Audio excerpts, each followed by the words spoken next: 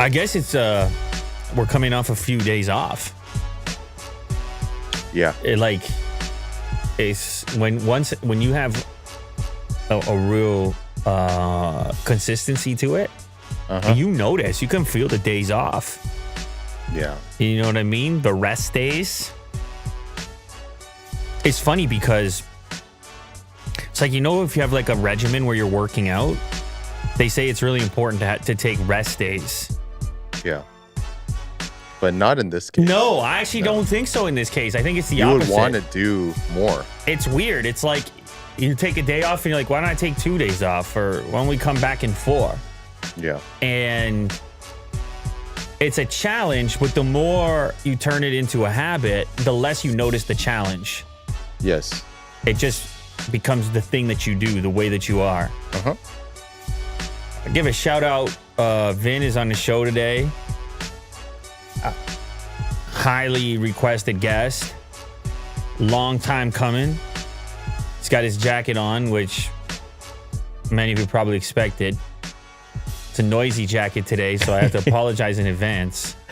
Jacket he chose to wear is, it's a nylon type material, and any type of movement is very obvious.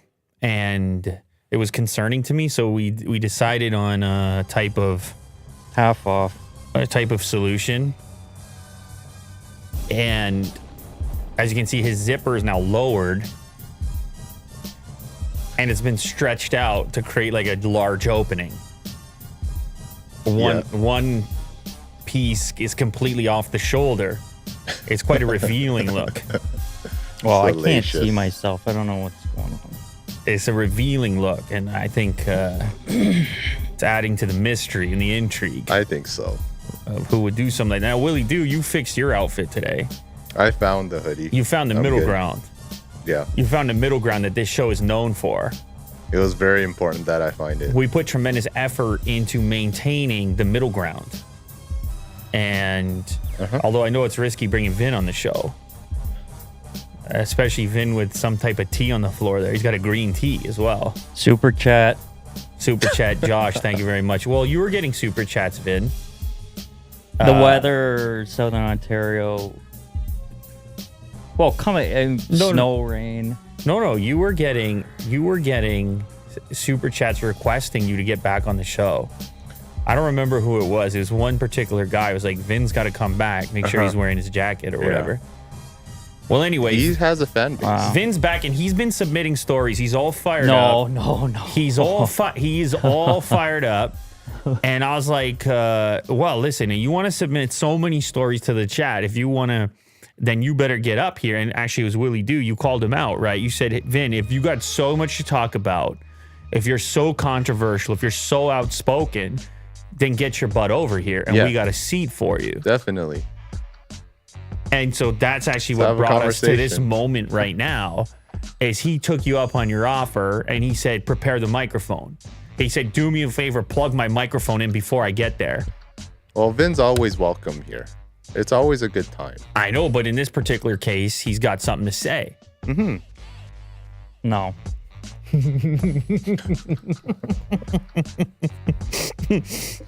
Vin would much more likely just send us the links and have you talk about it.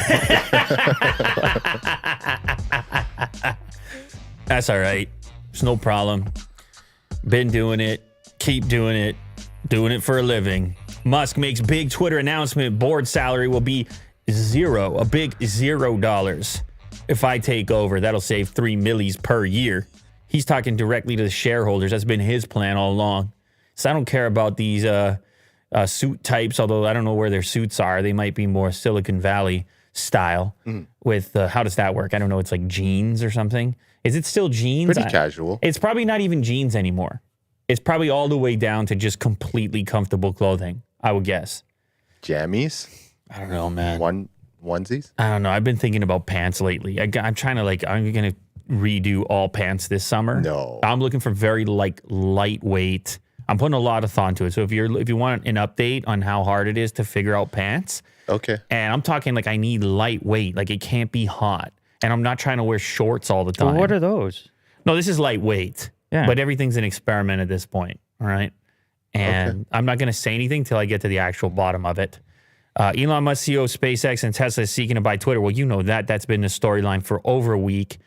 It's making waves on social media, mainstream media, everywhere. World's richest man wants to buy social media for himself. A lot of people like it. Some people don't. There's been reports of Twitter employees nervous, certainly board members. Things didn't go as they might have gone. It was like, hey, we're going to give you a board seat. Come hang out with us. We're pals. We want the same thing you do. 5 minutes later, probably not going to take that board seat. I don't know what it was. Did he go visit them, Will? I don't know what it was. Did he not like the food they served? It's like, I don't like the smell of this I don't know guy. what it was. Yeah, Did he not like the cut of their jib? Was that it? possibly. I don't even know what that means. The jib. It has to be good. I don't know what it means. But he probably went over there or at least had some sort of a meeting, CEO and others, and then he said, oh, damn, you guys are like that? No, thanks. I'll take it all. Or it was his plan from the beginning. But either way, you know, this thing has been updated. It continues to get updated. I'll stick here for a minute, then we'll head to the next one, which kind of talks about what I'm talking about. I don't know how significant this is, but he's basically saying, hey, I don't need a salary, which is not surprising. Now, a lot of people like to take an extra salary. I mean, nobody's upset taking another $1 million or something, but he really doesn't need it. And if the company does well, you know he's going to profit from it because of the success of the company, right? Being the primary owner of said company. But he's also saying, hey, the board as it is right now is pretty expensive. Yes. He's saying it's $3 million a year, that board. And we have a tweet here from Gary Black. He says, let me point out the obvious. If Elon Musk takes Twitter private, the Twitter board members don't have jobs anymore, which pays them $250K to $300K per year for what is a nice part-time job. That could explain a lot. And so they got a list over here. It's like, what, 12 members? 11, I think 12 members? Otis is very excited more than the audience is that Vin is here. And Oh, boy. it's getting intimate over there. Hey, And what are you doing? Hey. I feel like he need to be rescued there because Otis wasn't taking no for an answer. I don't think he knows the rules well. So what do we have? Like, look, you have a total salary, I guess, on the far right, which is fees earned and paid cash, and then stock awards. And yeah, as you can see, it's like a lot of those numbers are around $300K, and those go to zero. And so then they're like, hey, you want this guy to increase his proportion of ownership of this company? They're like, no. They're like, no, thank you. I'm fine the way it is. And then the word hostile starts coming out. Ooh. Did you see that word floating around? The word hostile? That and poison pill. Well, poison pill was the technique, the reaction to the word hostile. Yeah. Well, it might be hostile. Well, you know, if someone comes for you $300,000, you might consider them hostile. Well, yeah, they're 300 grand. They come looking for your $300,000. Yeah, I mean, I would definitely be hostile. And all your pals sitting on the board. Uh-huh. You picture them in a room. They're like, we're good. Elon, can you go away, please? You're bringing way too much attention to what's going on over here. So what now, happened? For the record, it's not that they do nothing. Okay. For the record, I think a lot of people like to look at this, and even this article, I don't know, you find this article, IJR.com, I don't know what their motivation is. But, and I apologize if I should know that. Independent Journal Review. Shout out. No, it's fine. Like, the way we're gathering news now, I like it. The variety of sources is great. It's a wide breadth. It's a wide breadth. We talk about it. But, you know, they've gone far to say, well, actually, look, this is Gary Black that said it, not even them. He said, pays pretty good for what I see as a part-time job. That's what he sounds like. You're paraphrasing. That's what he sounds like. $250K to $300K per year for what is a nice part-time job. That could explain a lot. So that's the way he said it. The fact of the matter is they make, collectively, they make decisions that impact the platform. Yeah, they're like advisors outside of the everyday. or the day-to-day? Well, they have they vote on proposals and changes, and they're the board.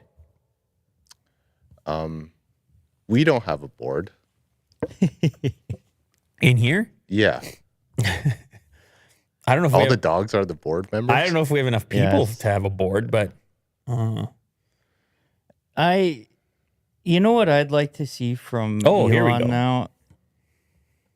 Start floating out who potential candidates to maintain this freedom of speech.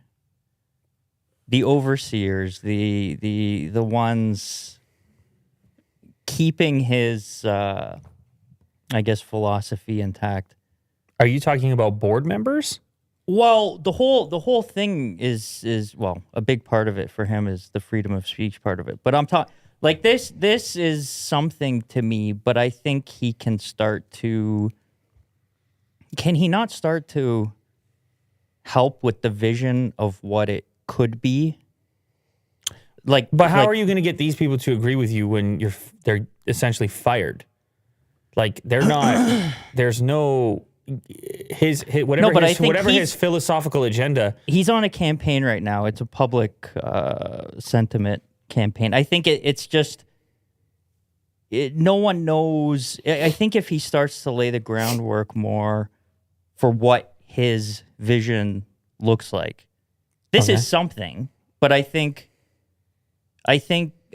he can begin to do more to assist with what that may look like. I mean, outside of however this but you've heard plays out. You've heard how this board can sort of sabotage his abilities no matter what public perspective is. There are techniques they can use to diminish the significance of his current stake and make it very hard for him to continue to acquire the company by just issuing more shares and devaluing what he's already got. Which is the path they're on. Yeah, I believe so. Well, no, I mean, yeah, they've. I think that they've been transparent about it to an extent that they'll do whatever it takes to avoid the hostile takeover. And at the moment, they're a functioning publicly traded company, and there's very little that can be done to completely. I mean, I don't know how it would have to work. I don't know if and how regular shareholders could impact it. And then on the But even if he says, okay, like what is, let's say this does happen. If you're moving on from this board, what does that new board start to look like? It wouldn't be. It would be a privately held company. He's talking about taking the company private. Well, but he also did say he would be willing to bring board members.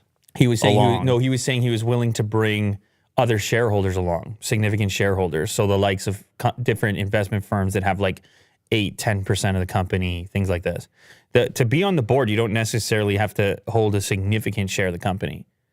I don't know. I think it actually listed what their rewards were in terms of stock. It's not big. $200,000 worth of stock.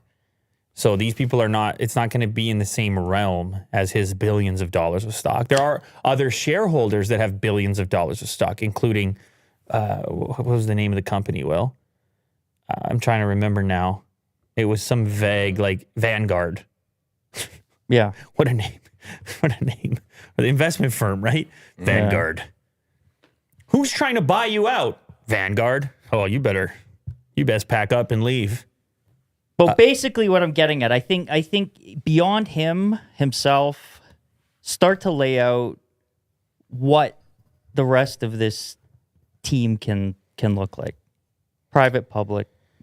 It just might not be worth it for him if the tactics that are in play continue to play out. It might be impossible for him to do this thing. It might not be feasible. And in which case you're putting this grand vision in place, and it's not going to be the greatest look if they find a way to weasel out of it with whatever techniques are necessary. And for the record, so here's an interesting idea. because as you move to the next tab, you're seeing criticism of this board from the founder of Twitter, Jack Dorsey, he's been pretty quiet, and he's still I don't know, I can't remember how much of Twitter, he's like 2.5% or something. Yeah. Is he also still an advisor? He's on the board right now. Yeah. So he's still involved to an extent. Then he's out. Okay. Whatever. He's got other interests going on right now. But he was asked on Twitter, by the way, is that what his kitchen looks like? Or is he at a restaurant? He's really on the minimal thing, I think, right now. The clock's pretty good. It's good. Military, but look at the number of glass bottles. Could be an Airbnb. I think isn't he in Costa Rica a lot? He's down there a lot, but I don't know his recent style and stuff. I feel like this could be his way of life. Anyway, so the important part here is he gets asked on Twitter about this board. And here's the exact question. Serious question for Jack. If you think the Twitter board is/was so dysfunctional and kept the company from being great, as you imply, either through your own tweets or replies to others, why didn't you do anything about it when you ran the company for several years? That's from Scott Wapner. I think he must be a reporter for CNBC. Jack then responds, so much to say ... but nothing that can be said. So I guess he's got one of those non-disclosure things going on, which wouldn't surprise me. A follow-up from Jason Kint says, responses show confusion over hope versus truth versus trust, and selling versus informing. I know you get this, including the problems underneath. He says, I really wish I could break through all the abstraction here and answer you, but alas and woe. So he's basically saying, I'm tied up. I can't provide the insight that I would love to provide, and I can't speak plainly about the dysfunction of this board and how he may have felt along the way how they might be holding the company back. This is good for Elon because it makes him look more reasonable that he was kind of unwilling to work with them and went the route that he went. Because here you have Jack, who's also in the tech realm and social media, internet culture. He's also done significant things as far as profile goes. He's moved on to crypto and such, but here's a guy who founded the company, so you would believe that it would be hard for an individual like this to kind of walk away from it unless they felt that their hands were tied to a certain extent. I mean, I know he's super into crypto, but to kind of detach yourself completely from what was once your baby could be indicative of trouble, the pre-existing trouble or frustration with how things were going and an inability to affect change because of this board. Well, he's talking. He's saying as much as he can, but he's talking. Right. And so now here's my wild card. Wow. I apologize. I haven't seen these super chats. Shout out to Gustavo. And I don't know if there's any others up there, but everybody's very excited that you're back, Vin. So give Gustavo a shout out as well.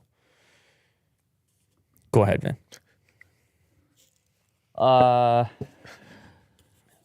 Yeah. No, yeah. Vin's, well, Vin's as excited as you are, Gustavo. You were... I don't know if you can tell. Yeah. Well, you were... What's your take? You were going to say something. Oh, yes. I was going to say my wild card. Cahoots? Forget him. Forget who? Forget him. Act like... And okay, this is a controversial position. And I sure as hell don't want to sign up to another app. But if anybody could figure out how to do a better Twitter, No. Elon plus Jack, it ain't no Trump. That is No. some next level connections. The problem is... Oh, man, I believe people will move from Twitter. No problem. It just has to be the right product and the right team. Like, that's all it is. Everything is so embedded now. It's not that embedded. It's not that embedded. They could come up with tools for, like, signing up in such a way where it, like, imports your followers or something. Like, where if a person creates a new account, like, could be some sort of API. I don't know if they would ever allow such a thing to take place. But a lot of people have been talking, for example, about, and this is also very difficult to do, but a way to decentralize social. If you wanted true freedom, and I know I've been following some of the conversation threads on Jack's Twitter account, because a lot of people have been coming at him, a way to use crypto to create a social media platform that has not your typical managerial structure in the first place. With Web3? I agree 100% with Elon. It has to be Twitter. He has to do it. Well, then he has to figure out a way to do it. Well, then you're losing all your leverage. And then, you're losing all your leverage. The only leverage you have is that you're the world's richest man, and if anybody can cause problems for the pre-existing social media, it should be him and Jack. And listen, whatever, the Web3 idea, it's just a fun idea that maybe there's a way to improve this thing, because the rules being in any one man's hands create problems. You can still accomplish that with Twitter after. No, you can't. No? You can't. Because you ultimately end up with an advertising model. No, somebody's but paying Elon the bill. Said zero. The whole thing was zero advertising, dealing with bots, spam. That's day to day. I guess a core. Once you get in the mix, you realize it's a lot more to it. Doxing and threats and whatever. They would have to come up. What about requests from law enforcement? It gets squirrely, man. It guaranteed gets squirrely beyond the point that a single managerial group can. But what was it? Twitter 5 years ago. It was. I mean, they were still having to deal with that stuff. I mean, it evolved, but I don't. It was just getting less attention because it was like, this comment that Twitter or social media is the new town hall or whatever keep this reference point as. But even actually, if I go back to Jack, because then there was something else today, him going back and forth with CNN, and then he touched on ads and how the ad model for, at least in Twitter, was contributing to it's inevitable. Certain things. It's inevitable. When you think of things that get censored or taken down or are sensitive in general in places like YouTube, all you have to do is reference the adpocalypse, which had a drastic impact on the creator economy. When the advertisers pull out and you're on a revenue share, but if this show right here, now granted, this show right here, we have the super chats coming in, which is a different revenue structure, and it alleviates some of the pressure from an advertiser perspective. But when they come in and they get nervous, and all of a sudden some ad links up with some really nasty piece of content. I'm saying, but if Twitter was ad-free, totally ad-free, which really the only person that would even consider something like that would be Elon. But let's say, for example, it was totally ad-free. No, even Elon would run out of money running this thing ad-free unless he can substitute subscriptions, which is why he's already been talking about Twitter Blue. He's trying to say, how much will you pay for Twitter? And I already asked you this question. You said you wouldn't pay anything. No, that wasn't my answer. My answer was, well, we don't need to get into that, but something totally different. Well, it's a simple question. No, but right now, would I pay for it? No. That mic's really close to your mouth there, Vin. Right now, would I pay for it? No, but full disclosure, I'm a free user. I'm dealing with a lot of... For full disclosure, I'm a free man. I have to go incognito and are you sure you don't want to sign off and everything? Anyways, but if if there was a way to... You're a lurker. You're describing a lurker. Oh, fine. But if there was a way You don't like to... the word. You don't like that word, that terminology? Willie do lurk. He lurks sometimes. Observer. It's lurker. Wow. If there was a way for me to absorb it daily... Wait 1 second, Vin. Luis Fernando, this is not pre-recorded. You understand? I just said your name. There's a conspiracy going on in the chat that this entire conversation is pre-recorded. This is live, all right? Why would that be That the should solve case? it. Go ahead, Vin. No, just saying, if there was a way for me to absorb Twitter daily, quickly... In your bathtub, I will absorb preferably you. on a TV, then I could do away with a lot of other stuff. So what paying you're for. looking for... Well, that's... I would move on from what I'm currently paying for. So you're describing this show right here. You want somebody to read Twitter for you. What's going on Twitter is like every internet news show. No, I'm not saying that. I'd like some other way of absorbing it. I need Through your skin. On a TV. Inhaling it. Well, anyways. What happens on a TV, Vin? Put on the news. What happens? It's a person sitting there reading. I'd rather turn on Twitter on my TV. And then what does it look like? What's going on? Is it Tucker Carlson? Or No, is that part needs to be worked out. it Don Lemon? What if it was just some random person? Go ahead. Just reading the tweets. I guess the top tweets for the day or whatever. Although it would have to tie into. But those personalities would also have to be interesting or entertaining. No, zero opinion, just reading the tweets or something. You wouldn't watch that. I think I may. You wouldn't. I think I might. You wouldn't. We'd have to go through your viewing history and see any evidence that that's a thing that you would watch. I bet you that you're watching some of the most entertaining news that's out there. I don't watch a lot anymore. Well, anyway, what I think you're describing is just more multimedia as opposed to just tweets. You want somebody can sort of put it into a package that's a little bit more digestible. I don't think you'd be alone. I mean, Twitter added video. They have their Clubhouse-style spaces, which are meant to kind of do that as well. It's still primarily text-based, which doesn't work very well on a TV. I mean, there's probably some sort of app that you could have that just scrolls whatever's trending. Maybe. But Google does it with trends. There's a trends visualizer if all you cared was to see whatever the topics people were talking about in a given day. But ultimately, you want to see more than one person talking about it like we're doing here. That's why, we can take the headline or we can take the story and be like, all right, let's look into it a little bit. But anyway, in this case, Jack is obviously frustrated. Elon's obviously frustrated. And I'm just putting the wild card out there that those are two names with a track record as founders and as managers that could do something interesting in this space if they wanted to. And they obviously have plenty of funding. It's not instantaneous. It would be very hard to do. Shout out Itoshi Oliver.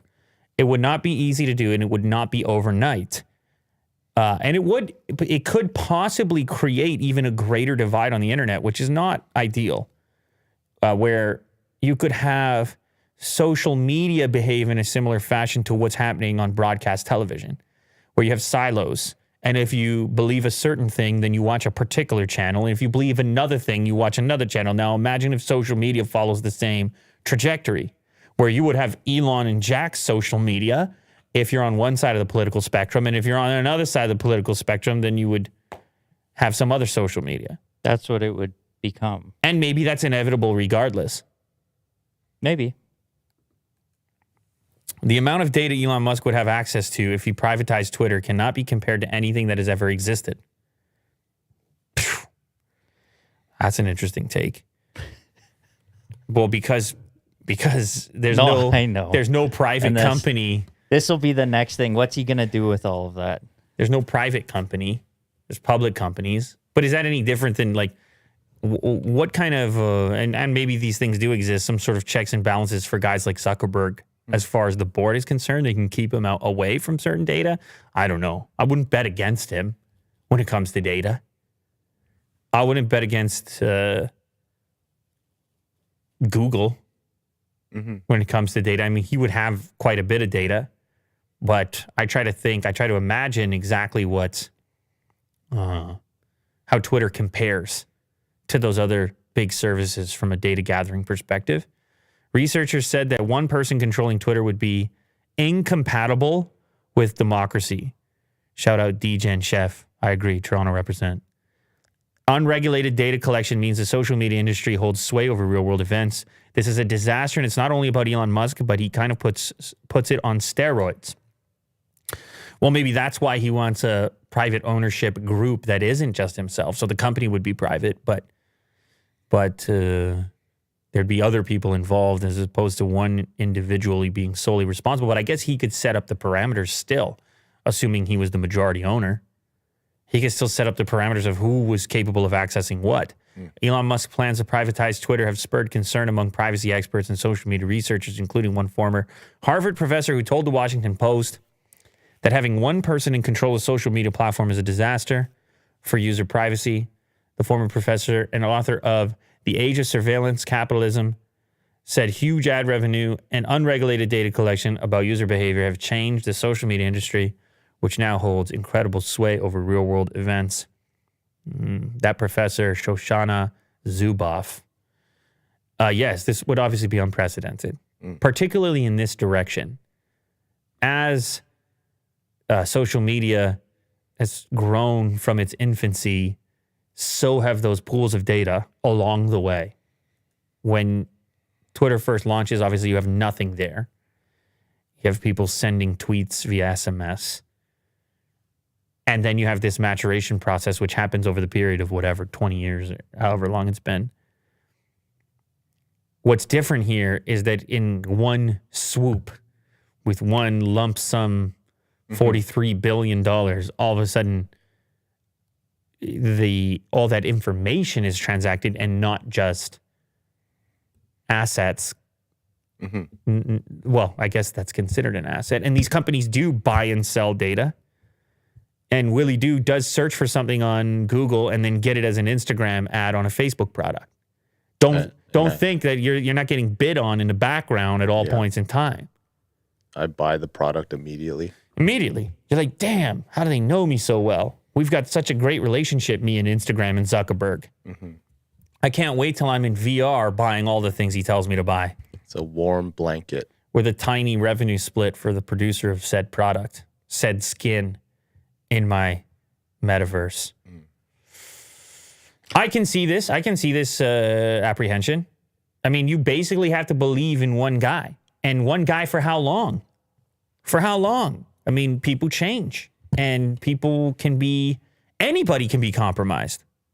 Right? Any one point of failure. So there will have to be some sort of, what would you call it? A mechanism in there to deal with these types of events. And aging. I think of aging. I'm watching Biden clips. I think of aging. Right? In the case of a country, you have elections at least at some point. In the case of a private company. Well, I think what he should be doing now is real time. I mean, he has the ability to real time address all of this stuff that comes up publicly. You know, provide some answers to. But ultimately, those are just words, right? They are, but I think even seeing someone publicly do that has an impact. You know. Sure. Shout out Ari Samuel. How about a simple social media app that using a code brings trending topics of multiple platforms, including Twitter, but not limited to tweets? He's from Mexico, and his idea for you then to solve your TV problem so you can finally turn off CNN and Fox News. That's what he's going to do for you. He's going to put that app together. It needs to be on TV. He's going to put it on TV. Huh? Vin, you realize you can put your computer on your TV. You can put anything on your TV. You want to know? It'll take too long. It won't take too long. Ben just wants it on the TV. I don't know if you. What is the importance of having it on the TV? Is this a way that you sit? Is this? It's the same. You were getting into what? Why do people the iPhone with the home button? It's like I can't get around it. You can't get around it. I'm there. What happens? Paint a picture for us. Couch, remote. Go ahead. Drink, food. This is exactly what people are here for. Couch, remote, drink, food is what Vin says. So more of like a casual turning on event. Yes, and single button turn on. Gabe in the chat says Vin can just watch Lou later. It's so true. So the Twitter button should be on the remote as well, kind of like Netflix. Someone else says Vin had a concussion at hockey last week.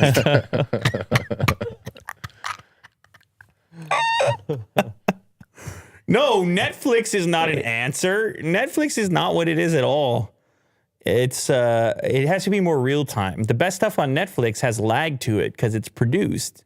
I would like it 24/7. Just rotate people on it. News is 24/7. You don't get 24/7 news nowadays, even on YouTube. It's all recycled after a certain hour. They'll play the whole true 24/7 Twitter on TV. True 24/7. So we're gonna have to set up a team. Nobody can be available 24/7. You have to set up a news team. Well, you just have someone it's just rotating cast of. Someone's gonna have to work the night shift. Oh yeah. And they're gonna have to be on that breaking news, and it's live all the time. All the time. Basically, it's Lou later, except we're not working hard enough. Will, I don't know if you noticed. Yeah, imagine if this was on 24/7. Multi-hour streams every day, plus spitting out somewhere in the neighborhood of 20 plus clips every day, and it's not real time enough for Vin. Well, there's no limit on YouTube, right? You can go live for they won't cut you off after a month. You're not getting cut off, man. You're not getting cut off. We're live. All right. We're live right now, man. People are here with us. Here's another potential danger as far as Elon Musk being the only man in charge of Twitter. He has an unusual lifestyle. He says he doesn't own a home right now and sleeps in friends' spare rooms. Elon Musk has said he doesn't own a home. He's been sleeping on friends' spare beds despite reportedly being the world's richest man. Speaking in his TED interview, which Willie Doo's been recommending, with Chris Anderson, Musk said he does not currently have a home. Well, this is specifically when he's in the San Francisco area, which is where Tesla's Fremont plant still is. I mean, he's got to be there. Presumably not as much, but I don't even own a place right now. This is the quote. I'm literally staying at friends' places. If I travel to the Bay Area, which is where most of Tesla's engineering is, I basically rotate through friends' spare bedrooms. Well, keep in mind the type of friends you might have if your name's Elon Musk. They're house-sized. The spare bedroom is actually, exactly, it's actually 3,000 square feet with its own pool. And the person who owns it isn't even there. They're like, yeah, you can stay there if you want. I mean, that's the type of friends you might have. Well, I know you know about these things. I know the way you like to do it when you're in the Bay Area. My crazy lifestyle. Yeah, that's right. Yeah. You just call up your friends as well. No, I mean, it is significant, though. But it does make you wonder. You got billions of dollars, and you're going back and forth to these places. It's a very... maybe he's discovering something similar to what Jack seems to be doing with all those glass bottles and the military clock and whatnot. It's everything is a distraction from your goals. Everything. Every possession you have. Well, you got to get rid of them all, Will, so you can just focus on the goal. What happened to his 50K? You got to cancel your Bronco, Will. You can't have it. Okay. This show is going downhill once you get that Bronco. You're going to be out on the open road. You understand? Yeah. I'm done here after this. You need more glass bottles and fewer Broncos. Well, what happened to his prefabbed house? No, they're saying specifically when he's in San Francisco. The prefab is near Starbase when he's working on SpaceX. Oh. I presume he has some sort of dwelling near Austin as well, where the new factory is. But the point being is, with that much money and being that important, most people would have residence in the place that they do work. But look at him. Here's what he said. I do not own a yacht. I do not take holidays. I don't take vacations. So it's not as that my personal consumption is high. One exception is a plane. But if I don't use the plane, I have less hours to work. See, it's a very matter of fact, I think, the way it works in his mind. He's like, is this helping me achieve the things I want to achieve? No? Bye. Bye-bye. Is it helping me do those things? Yes. And now, that's a very... pragmatic. Sort of strict... Having a family myself, I realize how difficult that drawing that very distinct line is.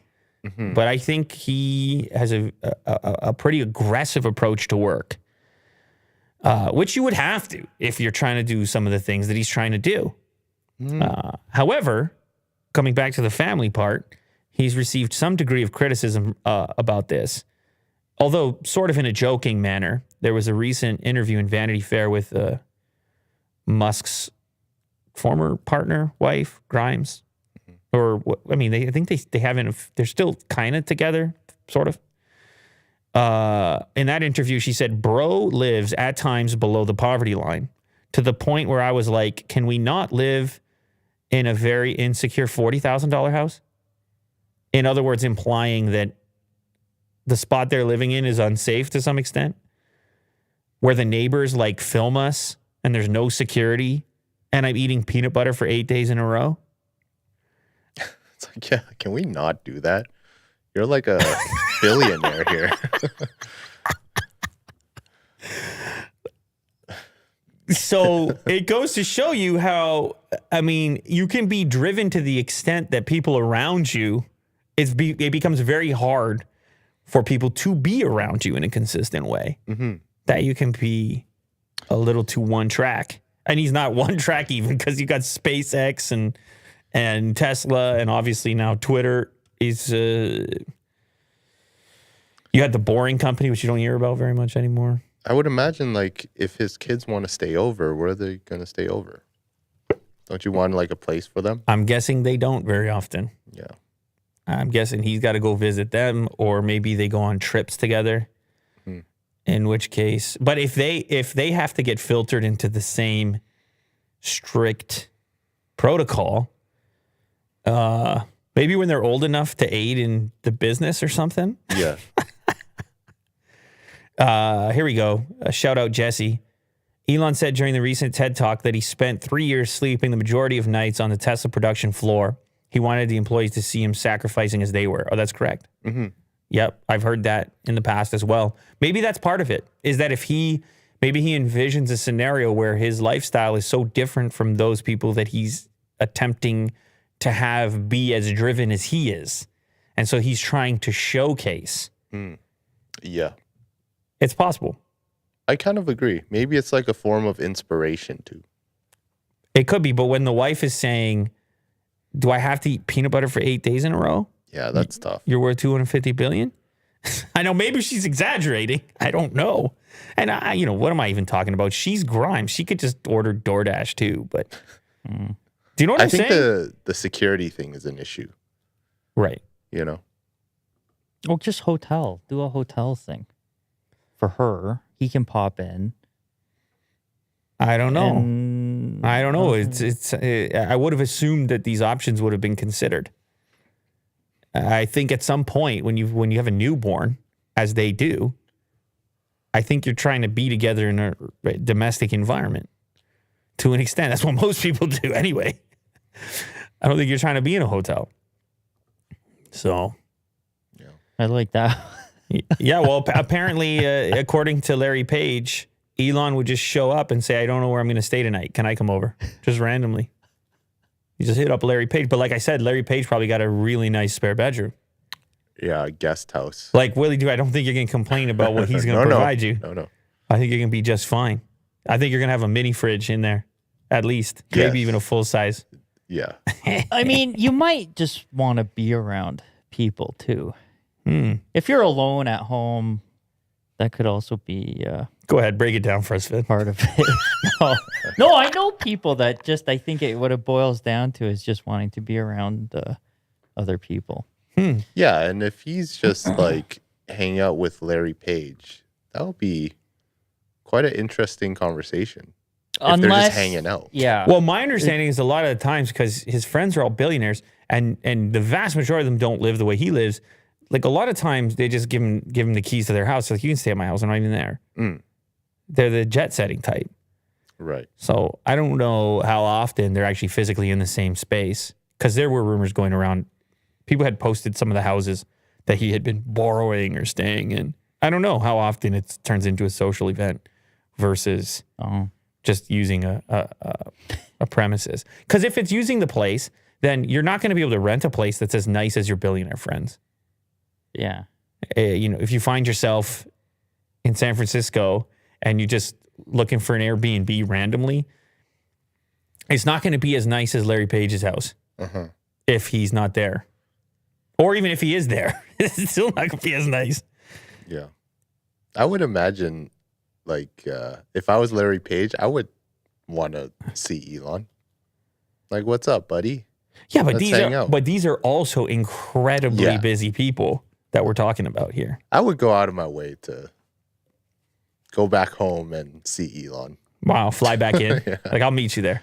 Yeah. No, you're right. These people that have these conversations. Well, one that's for certain that's like that is what's his name? Is it Branson? No, not Branson. Is it Ellison? Who's in Hawaii all the time? Is it Larry Ellison? Anyway, whatever. They were tracking. Elon Jet was tracking him going back and forth to this guy's spot in Hawaii, and he stays there. He's like whoever I'm talking about, one or the other. Okay. I think it's. You don't have to look into it, Will. It's really not that important. All right. I won't. Even more iPhone 14 schematics leak showing the differences between the four models. Four models, that's right, Will. You probably realize that means you're missing that mini guy. That mini one's done. For real. What do you mean? The mini iPhone? Remember there was all types of rumors that it was a wrap? Oh, yeah. It's here now. What do you mean? The mini. Right? No, it's gone. Isn't this it? No, the four models would be the 14 Pro, 14 Pro Max, and then the 14 and the 14 Max. Oh, the 14 Max. So you have two 6.1 inch options and two 6.7 inch options. Right. Okay. I mean, I don't know. Are people gonna mourn the loss of the mini iPhone? A lot of people acted like they loved it, but my understanding was it didn't sell, didn't move units. Yeah, I feel like the SE is gonna take its place. Yeah, I guess you want a small phone, then you want a budget phone at the same time, I guess. I mean, there's going to be some people upset regardless, but for Apple's numbers that are necessary for something to be considered a success are so massive anyway. But anyway, yeah, we have these CADs that came out. I've been getting these dimensions. People are sending me these dimensions, and I've been examining them as well. The height of the lens could increase 5 to 10%, 35% bigger than the previous sensor. Mm-hmm. So low light performance presumably gets better. And then, of course, the main thing is on the front of the screen, you have the pill and then the hole cut out instead of the notch on the last model. And then also you're shrinking the bezel. Mm-hmm. So bezel's a little bit fat right now, I guess, compared to some of the other competitors. And it gets a little bit more modern on the 14 model, which will be coming out shortly. Shout out DJen Chef again, ×2. And I'm going to have a video coming up going into some of this with a little bit more detail. So cool. Stick around. Check Unbox Therapy coming up shortly. Everything you need to know about this upcoming iPhone 14. Tim Cook to give commencement address at Gallaudet University. Tim Cook is racking up the commencement addresses. Does he get paid for those, or is that just, how does that work? I wonder about that too. I would assume so, right? He's a busy guy as well. You want to get him over there? A honorary degree. Oh, you get one of those. Is that how it works, man? Wow, although how many can you get? Like Roberta J. Cordano, president of Gallaudet University, said, the university is honored to have Cook give the address, calling him one of the great CEOs of our time. Shout out, Oscar. I am beyond proud and honored to share that Tim Cook will be our 2022 commencement speaker. Tim is a remarkable visionary, truly one of the great CEOs of our time. Without question, will leave a lasting imprint for generations to come as the leader of one of the most admired brands in the world. Tim has demonstrated an unwavering commitment to diversity, inclusion, representation, and accessibility. Those are Vince's 4 favorite words. Values that matter deeply to our Gallaudet community. Is it Gallaudet, Gallaudet?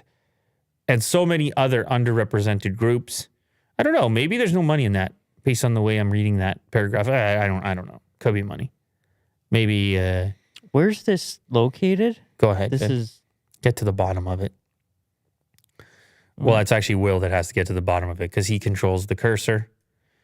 He controls the mouse. DC. There you go. Private, nonprofit, 4-year. Yeah, I've never A private, heard of it. federally chartered research university in Washington, D.C. Oh. Here we go. Pronunciation.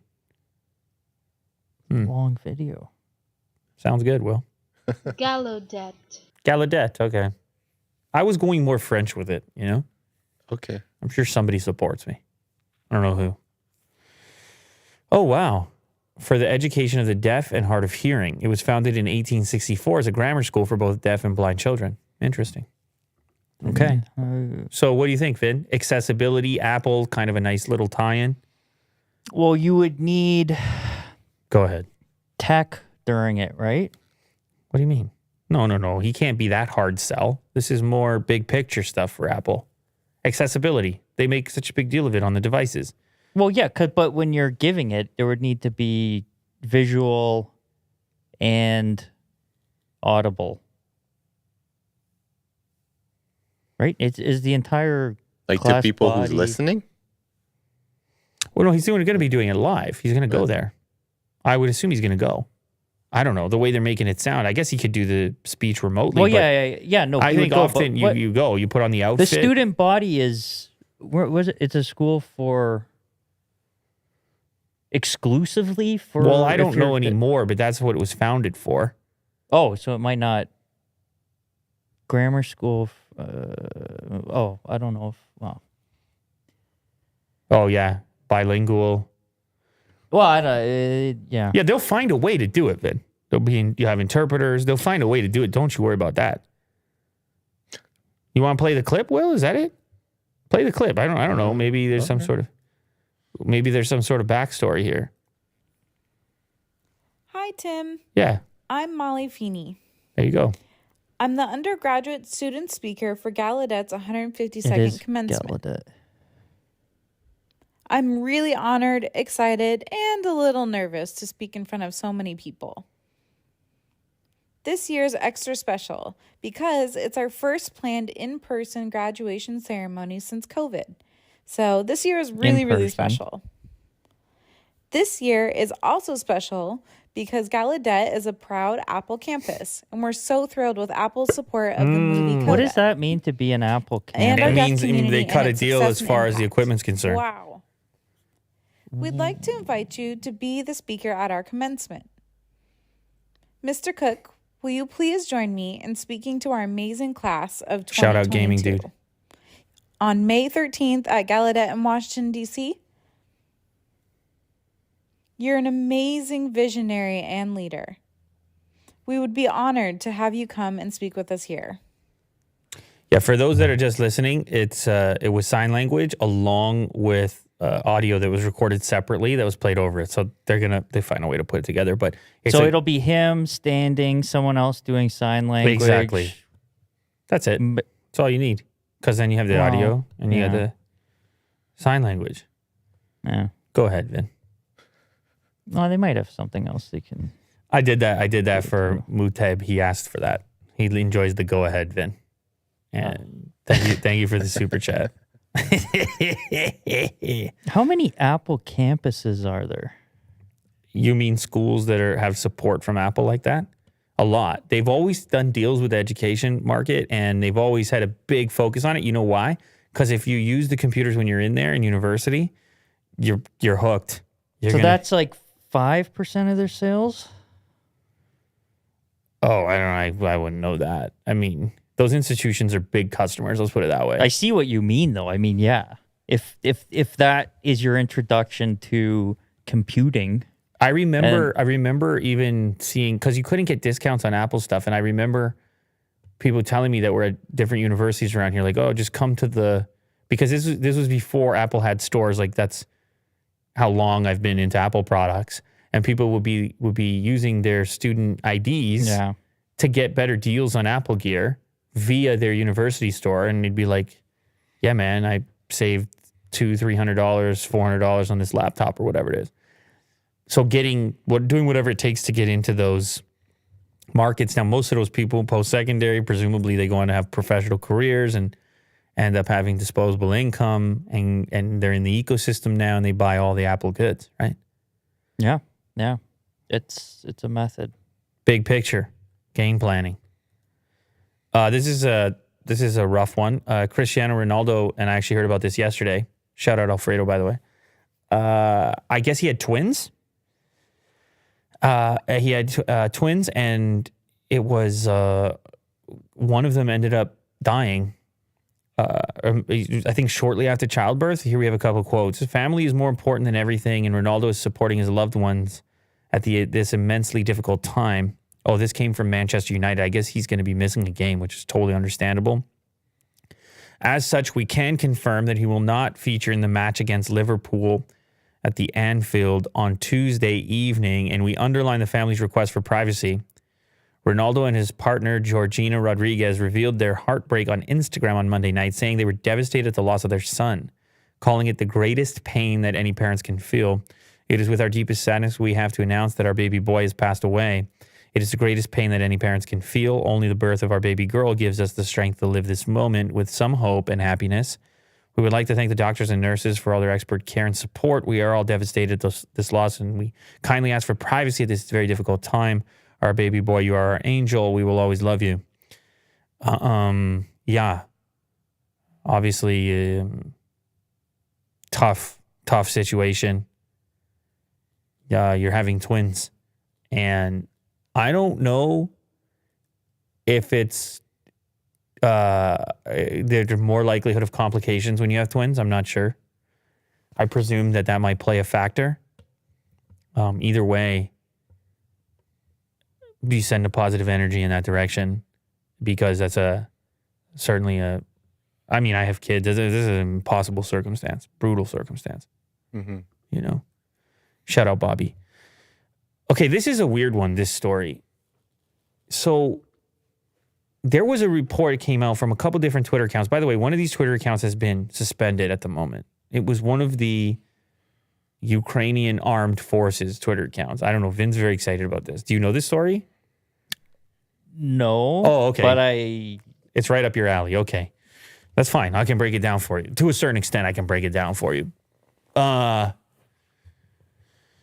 Okay. Google denies Ukrainian reports that it unblurred satellite maps imagery in Russia. So there was a tweet along with some screenshots that suggested that Google, I got Google responding to me over here.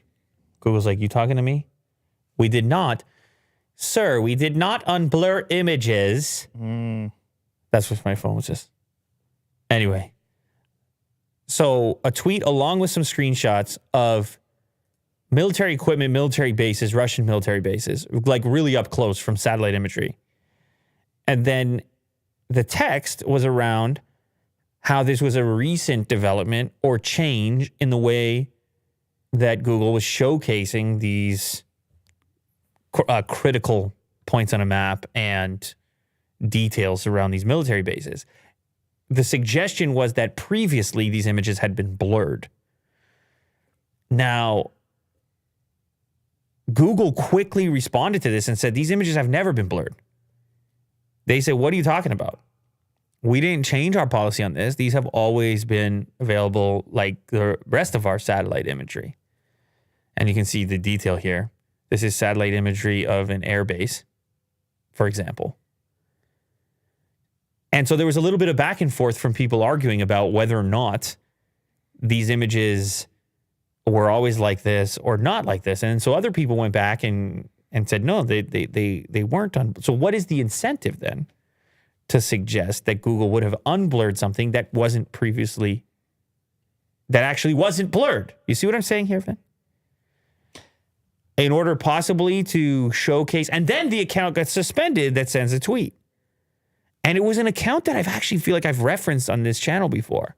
So anyway, you got to scroll down. Well, there's obviously a lot of details here. The evidence, I should say. So this was the @Armed Forces UKR Twitter handle as of April 18th. And then the post went on and got cited by a number of publications. Early Monday morning, Armed Forces Ukraine, which is unverified but has been cited several times, tweeted a set of images that now appear to show military equipment. Now everyone can see a variety of Russian launchers, intercontinental ballistic missile mines, command posts, and secret landfills with a resolution of about 0.5 meters per pixel. So maybe they're suggesting that the resolution went up, improvements, new imagery. That's actually a good point because, I like to look at real estate, for example. How long you want this to go? Because I satellites and images and this and everything. I signed up for like 2 weeks ago, Airbus, like France, plane manufacturer, also defense. But you won't sign up for Twitter, but you sign up for Airbus, air defense. He's like, Twitter's too much. If you're worried about getting your name on a list, then you went the more direct path. Vin, that microphone's very close to your mouth. You're also blocking the lens. And your hand is directly blocking me right now. Your right hand. There you go. Okay, get comfortable, Vin. No, Go ahead, Vin. I was in a similar position. I was real estate related. And I'm like, all these maps suck. I can't see anything. I'm on Google. It's a year late. I'm looking for updated stuff. I'm all over the place looking for stuff. If you go back up to the picture, it says Maxar Technologies. They're the ones that, they're not Google.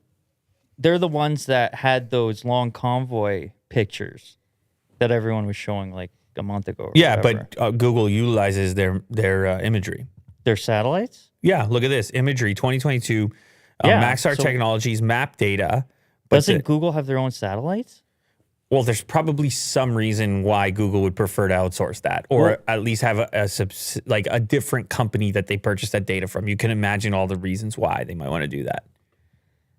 So Google is on Google Maps. You can see Maps. that's Google Maps right there. Yeah, I know. Yeah. So they're taking imagery from those satellites, putting it on Google Maps. I don't know. It seems a little. That part of it seems a little. I don't know. If you go on Google Maps right now, Will, you're not going to get Maxar Technologies if you search. Well, it might depend on where you're looking.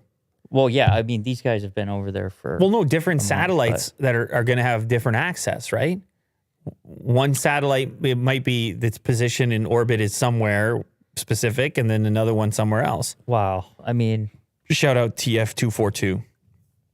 Yeah, so here, that's Google's map data there. Yeah. Then you can see Google Plus and Niji, and it will change depending on where you need the map data. Okay, go over Ukraine right now, Will. Easy, then. Well, what? I mean, I'm carried away over here. Okay, hold on. Oh, now we have GeoBasis, DE, BKG, Geographe Nationale, Israel is or GIS, G Israel.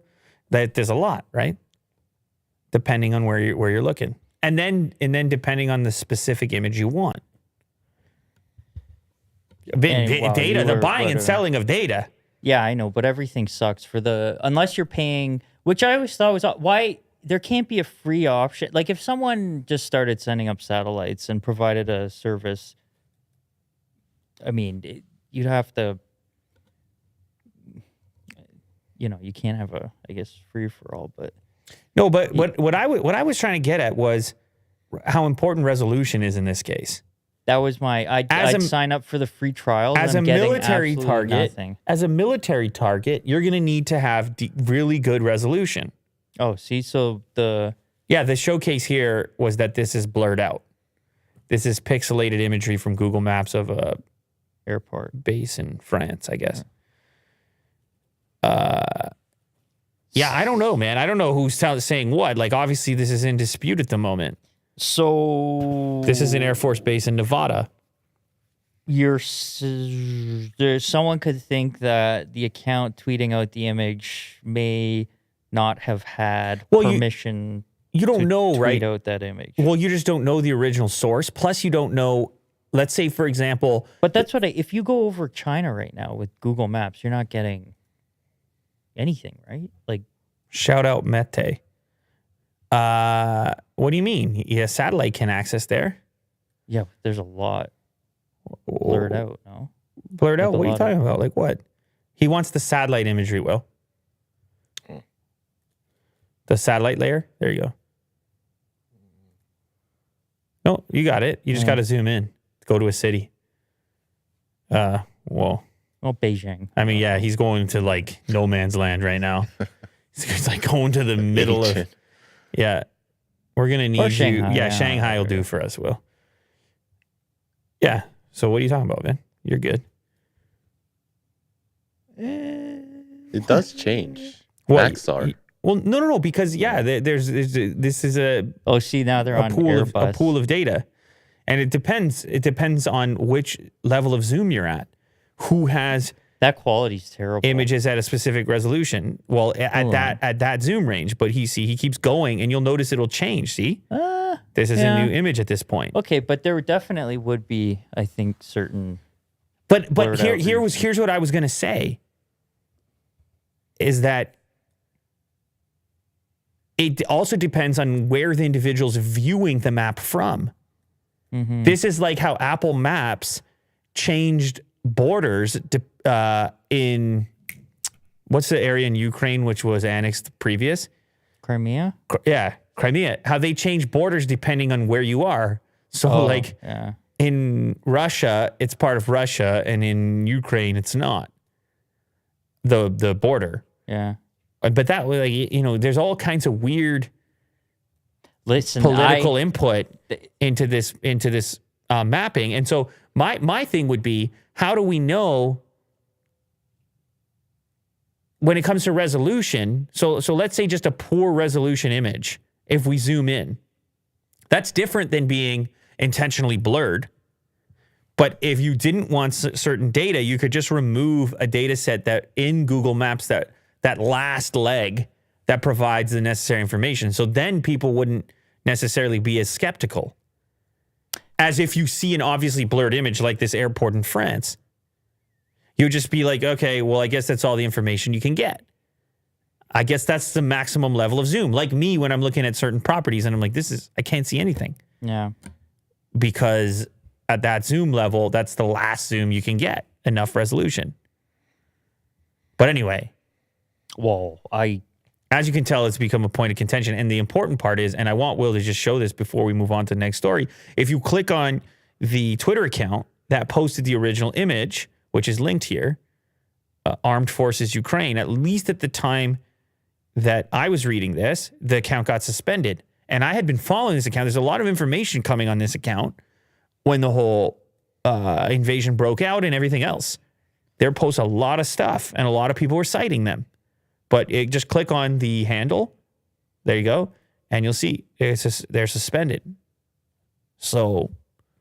Yeah, but the account was suspended. Why? Because. I would assume it's something connected to this. But Google says right underneath that we haven't changed our policies. But this is not Google. This is Twitter. But in Twitter the previous, suspended them. Yeah, but in the previous comment. So then, if you're just posting a picture of an image, I think Twitter probably looked into it and realized that these images were never blurred. that this satellite imagery was never blurred, and therefore it probably fell into their misinformation bucket, their fake news bucket. Maybe, I don't know, or maybe it's a repeated I don't have that information. All I know is that this goes up and then the account's suspended. On a separate note, go ahead, Vin. A live 24/7 satellite imagery on my TV. Wait, you want satellite video? Satellite video, no, 24/7. Vin. That you can get an image that's updated when those frames come through. How much longer? 3 years? 4 years? I can't get the information fast enough from space, can I? I don't know. Well, everyone else probably to be able to broadcast. Governments have it right to be able now, to broadcast across the planet. I don't need super resolution. I'll tell you what you can. You can follow Elon Jet, and you can know where his jet goes. There's a Twitter account for that. Is that good enough? Imagine if you're looking at the whole war, everything. You could be watching all of it. I mean, it totally changes world events. Totally. It's not like you're talking about Command and Conquer or League of Legends or something. You just want to watch an overhead view of the world live. It'd be pretty brutal to watch, Vin. Wow, it's really, it would be what's You trying to be going Batman on. right now? I'm not. You trying to be Bruce Wayne? With all those screens in front of you? You want to see what everybody's doing all the time?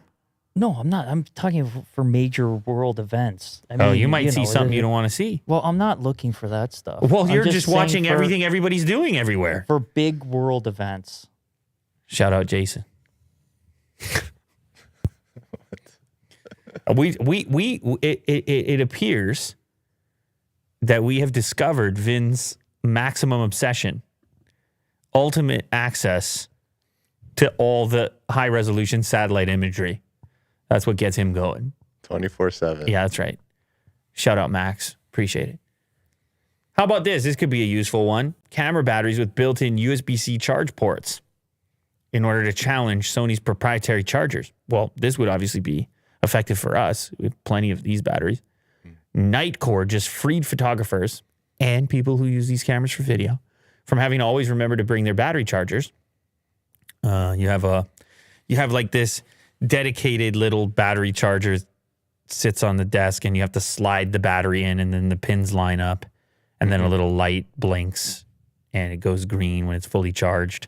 And it charges one at a time. It charges one battery at a time, and you unplug it and you put the next one in. You can also charge in camera just by connecting a USB-C. But if you have a lot of these batteries, then you would need to buy a lot of chargers, pretty much. If you use multiple cameras like we do, this kind of takes that out of the equation. Lets you use any USB-C cable directly into the battery to charge it. It's kind of a game changer. You might call it a game changer, Will. Yeah, I wish Mo was here to react to this. Mo would have a strong react. Vin's also having a strong react right now. If you cut to his camera, well, go down a. See what I mean, bit, Will? See what I mean? Although we'll charge the inserted battery when connected to a power. Shout out Damien. You're not happy about this, Vin. This is not good enough for you, or what? No, the idea is good. It's just if you're not already doing that. Doing what? If you're not already charging when the battery is in the camera. Right. Well, for people who own a single battery, it's yes. If not a you're big taking deal at your all. camera it's a cable instead of the adapter. Yeah, the new UFZ 100 rechargeable battery designed to replace Sony's FPZ 100 battery, which is used in everything. Well, that's the only downside. You got to buy a whole nother battery, but obviously, in this case, you won't have a USB-C port on it. But maybe manufacturers will do this right out the gate in the future. Maybe. I don't know. The Nightcore UFZ 100's 2250 milliamp hour capacity is slightly less, barely. 2280 milliamp hour capacity is the Sony first party capacity. So, well, you can't get power out, right? Like you couldn't use it as a battery bank? Yeah. No, I don't think so. And it has a light on it, which also displays how charged it is. So red is less than 10%, blue is under 50, and above 10. and green is above 50% charged. Mm-hmm. It's pretty cool. I wonder, how does the price compare to the standard battery? Did they post what they're going to charge for it? No price yet. Oh, okay. I like it. I mean, it's definitely, you have a USB-C charger with you everywhere. Those things are everywhere. Mm-hmm. And so Yeah, I'm for it. I'm down. I'm down for it. Yeah. New Tesla Cybertruck accessory wants to turn the electric pickup truck into a boat. Speaking of Tesla, I just got reminded, people were losing their minds. It was either yesterday or the day before. Tesla stopped shipping the charge cable with the car. Do you have that story in here somewhere? Oh, you know what? That was like way back in. So you just got rid Slack. of it? Shout out Falco. Yeah, you have any thoughts on that? Well, that was what screwed me up about yesterday, Will, is that you were sending stories through, but yet you weren't coming to do the show. That really confused me. Well, I always send stories, like But do you day and night. I know, but the problem is if you send a story, like I even feel this, if I'm sending a story, let's say, I don't know, Friday night, and I know we're not back here till Monday morning, I really don't feel the need to send the story because I'm like, it's going to be old by the time we get there. I mean, maybe there's some exceptions to the rule, Yeah. but when I see stories popping off and coming through at like, that was at 8:45 a.m. on a Monday, I'm like, oh, we're shooting. I got the feeling inside that we were going to do the show. But you were just thinking maybe these are still good the following day? Yeah, they're usually the links that I post up. Hopefully it's developments. There's new developments, you know. But I post whatever. I'm going to have to do like a filtering process once we go live anyways, by putting all the links up in the browser. Right. So it's like inside baseball. So then at that point you would just be like, these stories are too old. Yeah. Yeah. No, I'm just trying to let people in on how the production takes place. Like, it's like this constant developing scenario where you would have something that you want to talk about, which is fading in significance the older it gets.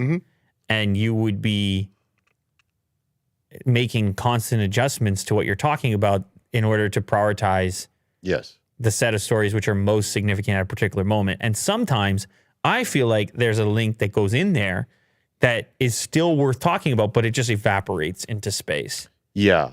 I feel like this is the one.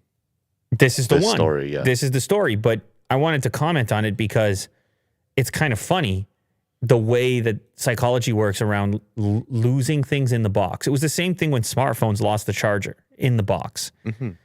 It was this like relatively insignificant thing from a cost perspective. You're spending $1,000 and the charger's worth 15 or 20. But it just was more this symbol of like, don't nickel and dime me, was people's reaction. Like Tesla elevated the prices of their cars in many cases by like $10,000. And people were like, well, inflation. But then they took the cable out and people were like, how dare you? Yes. And the cable's not $10,000. So I guess what I'm just trying to get at here is how our relationship with brands, how it's like when you feel like you have something that gets taken away, it's like you're at the restaurant and they put down some bread and then they walk back around and they pick it up before you've eaten it. You'd be like, hey, I had that bread. But meanwhile, you go like to some... you claimed it. You go to some restaurants, they never give you bread in the first place and you don't even think about it. It's kind of like that, where once you've had it a certain way. Anyway, so here you have the exchange that started, well, some of it on Twitter. Disappointing move, Elon Musk. This was the news. Tesla has now officially removed the mobile connector as a standard accessory with every new car purchase. You can purchase it separately for $400. Elon says usage statistics were super low, so seemed wasteful. On the minor plus side, we will be including more plug adapters with the mobile connector kit if you buy it, I guess, for $400. It's hard, man. People are going to have their own impression of it, how they want to think about it. They're like, because Apple said the same thing. Apple said usage was low. It's the environment, right? Oh, no. Well, No, because what he's saying, if usage was low, it means why are we making these things and shipping these things that you may use it one day? Yeah. It's similar to the environment argument. Apple was saying you already have a power brick. You've been buying phones from us for however long. Usage will be low. I mean, it's another way of saying it. His sounds more like a developer. Low usage. I thought the timing wasn't great either. The Twitter stuff was going on, and I don't know. It's out of stock. Shortage? Yeah. That doesn't look Hopefully. like, if the item's out of stock, doesn't seem like usage is low. Well, the adapters are good as well. I sometimes find myself having to adapt to the universal chargers. Adapt to the adapter? I don't mind adapting. Yeah. I mean, I do, but it's better than not being able to in the first place. Do you have any thoughts as a Tesla owner? I'm probably a bad use case because for me, I'm using the charger back there 95% of the time. And the other 5% of the time is a supercharger. Mm-hmm. What if it's like... I take that back. There's a few public charge spots around town, but that adapter is just a clip-in piece, which I presume the car is still going to get, which just fits onto the universal charger. It's not these cables. Okay. This is for adapting the regular at-home plug, right? Yeah, it's for adapting a regular home style plug. Although, I will say this. I was at a resort hotel thing for like a day. And I was like, do you guys have a place to charge an electric car? And it was up north, sort of. Well, to be whatever. Because they had advertised it, that there was a place. And I didn't even need the charge. I was just curious. Like, would a place like this out here have an electric car charger yet? Would they just install one? And the guy's like, yeah, it's right around the corner. And he's like, but it's not anything fancy. I get around the corner and it's like an orange extension cable. So now, if you're staying at a resort and you're going to be there a while and you're going to be in your hotel room, maybe it doesn't matter if it's a slow charge. You're just happy to have it. Because by the time you're ready to leave the place, whatever, you charged up. Yeah. But you would need that adapter to make that conversion. Which one? I didn't even bother with it once I saw it. I was like, well, I don't really even need it. What is that? Gen 2 NEMA. No. The one on the left, no? Yeah, is that a household outlet? Yeah. Yeah, corded mobile connector. Oh. $400 and out of stock. So. Yeah. But I think the thing that you were looking at, if you just go back to that for a second, the thing below there, yeah, that's a Gen 2 mobile connector bundle. So that's confusing because why is the old one $400 and then it's $270? But maybe the fact that they're not including it anymore, it's slightly less. I don't know. Is that a new product, new listing? Anyway, that adapter on the far right for $50, which I believe is still included. Scroll up a little bit. I just want to make sure I'm talking about the right one. Is that the only adapter that looks like that? Yeah, that one gets used frequently. Well, I don't know if I should say frequently, but every so often when you have a universal style charger and you need to plug your Tesla into it. That'll convert it for you. But that'll be a slower charge than the Tesla supercharger. Right. Anyway, it's all symbolic. You just feel like you're spending all this money and you're like, it's like, now you want a couple $100 for this thing that people used to get for free. And it just, you can't help it. It's human nature when you feel like you used to have something and it goes away. Even though they charge you $10,000 more for the vehicle. Inflation. That's how it works. Are you guys feeling inflation at all? You noticing it? Because let me just say something that happened to me yesterday. And don't worry, I'll get back to the Cybertruck accessory. Well, you don't have to be anywhere, do you? I see you fidgeting around over there. Where you got to be? You got a heart out? No. Go ahead, Will. Let us have it, man. What's going on? No, just a bit hungry. You want to order something? No, we're good. I saw somebody, Alfredo just says he go get me a pizza, Will. I have to get him a pizza? Oh, wow. I thought it was the other way around until I read it. I saw the word pizza and Will. I thought he was suggesting pizza for you as well. Yeah, maybe we'll I thought share a he bought you a slice. Yeah. And do you want? I have snacks from Germany over here. No, it's fine. Like I can bring these over there. I'm good. Shout out Mo. Anyway, I was over at, speaking of being hungry, I was having tacos actually last night. Mm-hmm. And don't get me wrong. These are amazing tacos. Legit, authentic Mexican tacos. Oh, that'll put a dent in your wallet. Like as far as around here is concerned. Yeah, authentic tacos Like here in I'm Canada. far away from Mexico. Like it ain't no food truck. I mean, there probably is a food truck, but I'm just saying these were premium tacos. Mm-hmm. And then the inflation component. Me and the people I was with, we kind of looked at each other. We're like, was that expensive for like a takeout tacos? What was the price and how many tacos? So you approach the counter to order and you have two options, 3 or 5. Okay. But the guy's like, how hungry are you? And I don't know. And I got the kids with me and they're like, there's some other kids there as well that have gone previously. And they're like, oh, you got to get 5. You're going to eat 5 of these tacos. $40. No, but there's 3. For me, there's 3 of us. There's me and the 2 boys. And so I look at it. And by the way, I'm eating tacos no matter what. That could have been $100. Wow, come on. At that point, I'm eating tacos. I'm in the place. We've gone there specifically. I've heard that it's good.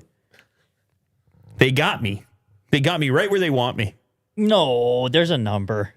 I think I'm out at... You're out. You're leaving the place. No, there's other people. We've created this event. Vin, you can't. There's other people depending on you here. Right. If it's just you, okay, maybe. But if you are tasked with feeding these people and you're going to this Mexican restaurant as your destination, it's very difficult to pull the plug at that point. But people are going to lose their minds in the chat, particularly those probably in the southern part of the United States, let alone Mexico. Mm-hmm. Because this set of 5 tacos. What was the protein or what? The option. Okay, so you actually pick from 11. I think fish is a little. You more pick from 11 different tacos, and it's the same price no matter what you pick. Wow, 11 options. 11. Oh. So there's pulled pork, all the same price. Beef, brisket, chicken, fish. Like carnita style. Yep. And there's a few vegetarian ones too. I didn't order those, but there was like a potato one. But you pick 5 out of the 11. So and most people are mixing it up. All right. How much? I think it was $26 for 5. But it's a takeout counter. What's the size? They're like traditional Taco Bell size, like a Taco Bell. Vin, that's not traditional. No, but I need a reference. They're usually smaller. They are. It's a smaller taco. Like you're talking about a 2-biter? You're talking about a 2-biter. Yeah. You're talking about a 2-biter. Ooh, that stings. I'm in the 10 taco range, and that's. Explain yourself. You're in the 10 taco range. You just 2 bites. No, you're not going to eat 10 of these. I was good after 5. I was good. My kids, on the other hand, because they were pretty hungry, they know how to eat as well. And they may have been able to do more than 5. But anyway, I bought 15 and with drinks and I'm at $100. Now that's Canadian dollars for anybody who's curious, but the important part is it's not a fancy restaurant. It's a takeout counter. You bring the food to like a small table if you're eating there, but it looks like it's a lot of takeout that comes through. Was it good? Amazing. It was amazing. It was great. Okay. Well, would you go again? No, but I see people in the chat, they're saying, you know, I'm not spending more than 15 for that. Yeah, what did you say again? 25? And people, and even more specifically, corn or flour tortilla. It's a corn tortilla.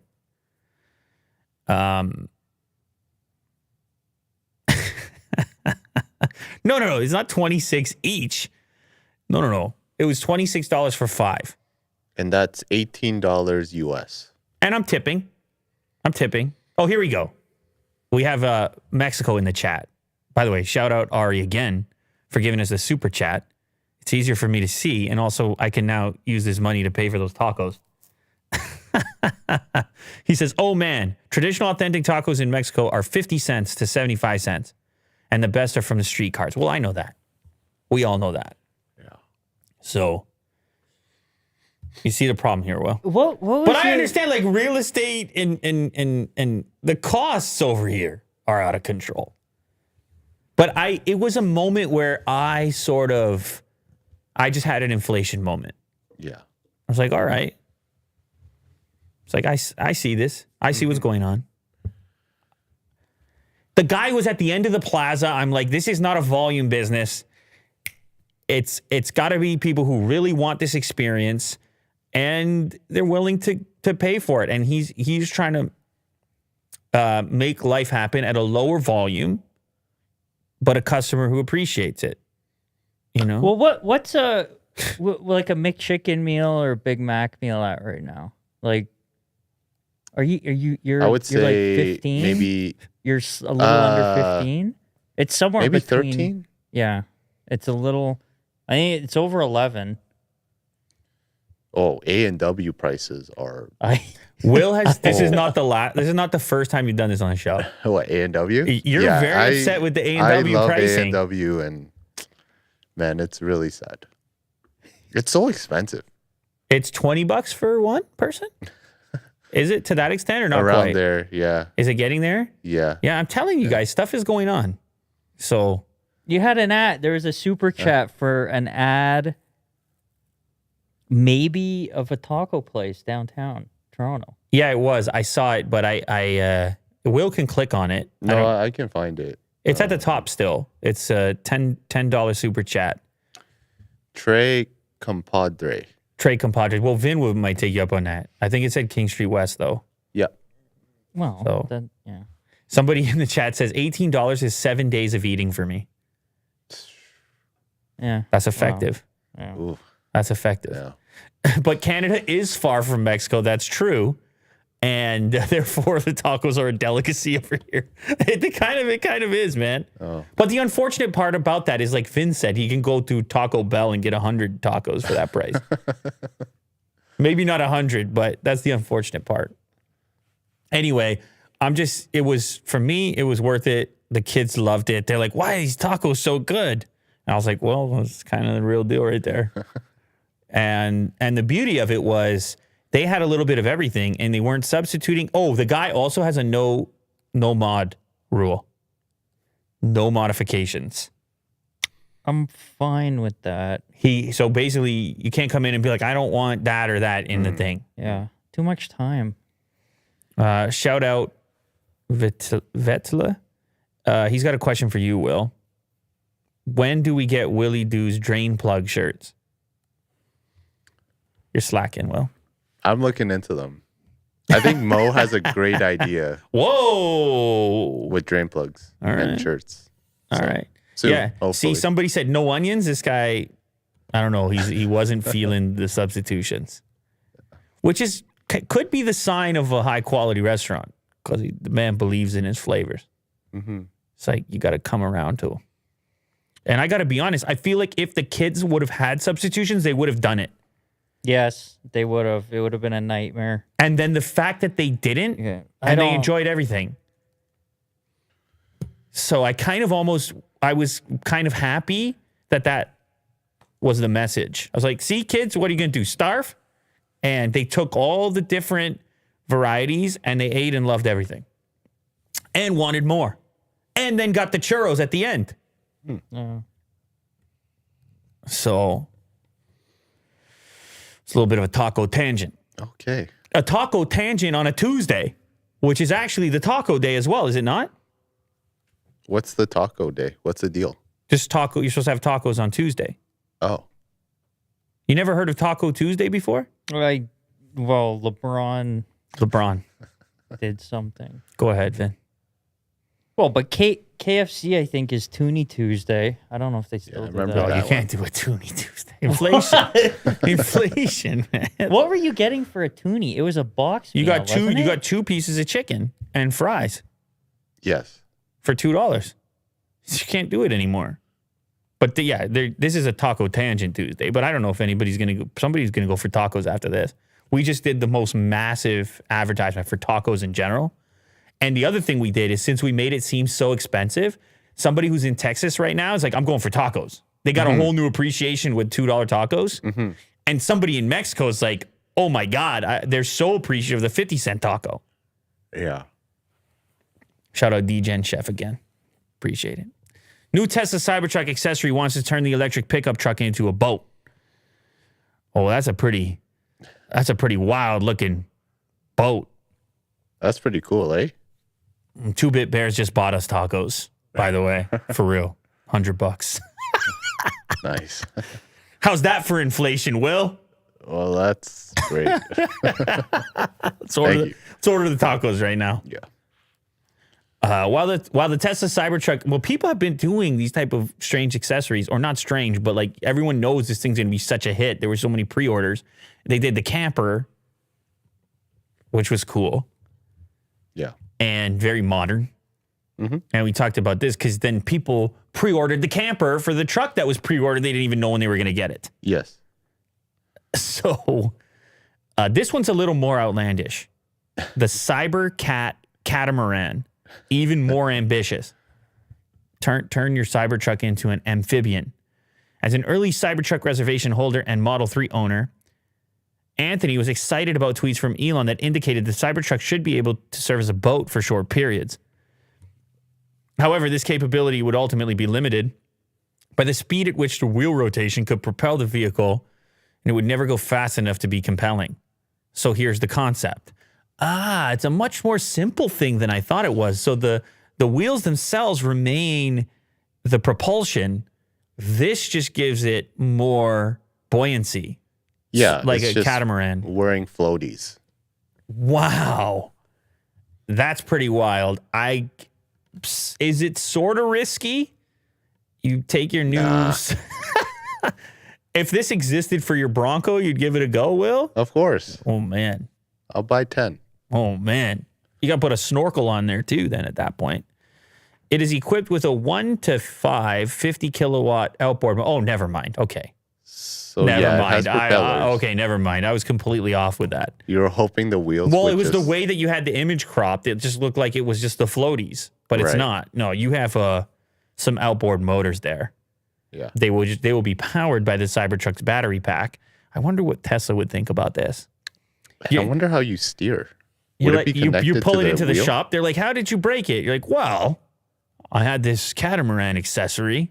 It's like, what? Aquatic Cybertruck. They're like, Ever "What?" heard of it? The adaptive ride height of the Cybertruck and the folding inflatable pontoons of the Cybercat provide 12 inches of ground clearance. Once in the water, the electric outboard motors, pontoons, and hydrofoils fold down and the wheels retract out of the water for quick takeoff. In shallow water or around dock, Cybercat can precisely maneuver propelled by the wheel rotation of the Cybertruck. What? This sounds very, very ambitious. Oh my God, never mind. The tires are completely above the water. The whole truck is way above the water. Wait a minute. Yeah. I thought the truck was submerged. Not at all. But- It's way up there, man. That seemed risky. I don't know, man. It looks cool. Will's got a big long How would you over carry? there. How would you carry the catamaran pieces? They're so big. You keep keep them at the marina. What the? Well, you got to drive onto them and attach them, right? So they stay at the lake. It's quite a maneuver, man. Whatever it is, it's quite a maneuver. Well, you have You to can just make get a a decision. catamaran. Yeah, you have 25 grand if you go that direction or boat direction. What is it doing there? Isn't that how it's supposed to? Oh, that's like, a hydrofoil version. Yeah, My God. like in high speeds, I think it kind of floats up. No. Okay, well, I think I'm going to play the wait and see on this one. Okay. I'm just going to play a wait and see on that You're one. gonna play that card. All right. I feel like we're probably closer to the Cyberlander, which is the camping attachment, Yeah. than we are to the, what was the name? The Cybercat, which is the name's a little bit odd because you're on water. Cats typically not huge fans of the water, but I guess it's the short form for catamaran. Oh, there it is. That looks like an NFT. That looks like an NFT right there. Well, that's Yeah. fun. It's fun to imagine. No, fun. It is fun. It is. Things fun. are fun. Just what you need. Just what you need. It is Cybertruck. flying. Oh, Imagine the future in all of Muskoka is just these in the lakes. Mm-hmm. People would be so irritated. Those guys with those perfect wooden waxed boats, you know those ones? Then the Cybertruck army comes up from the city on weekends. The Cybercat. Well, yeah. Yeah. Yeah. It's pretty intense. Great renders, though. Wow. Yeah. You Really imagine the guy, sells you imagine the, the guy just he cuts the motors at and he's there you go. He's just fishing in the middle of the lake. Look at the Photoshop. The chairs. The office I mean, chairs. it's kind of cool. You got all your stuff that's in your truck. You don't need to move anything over. Yeah. Don't mind that. Oh man. It's a whole fleet. well, can't I just get one for whatever car I'm driving? Why does it have to be? Yeah. No, it's 'cause the powered from the power. battery. Yeah. Yeah. Shout out Aw. Savas.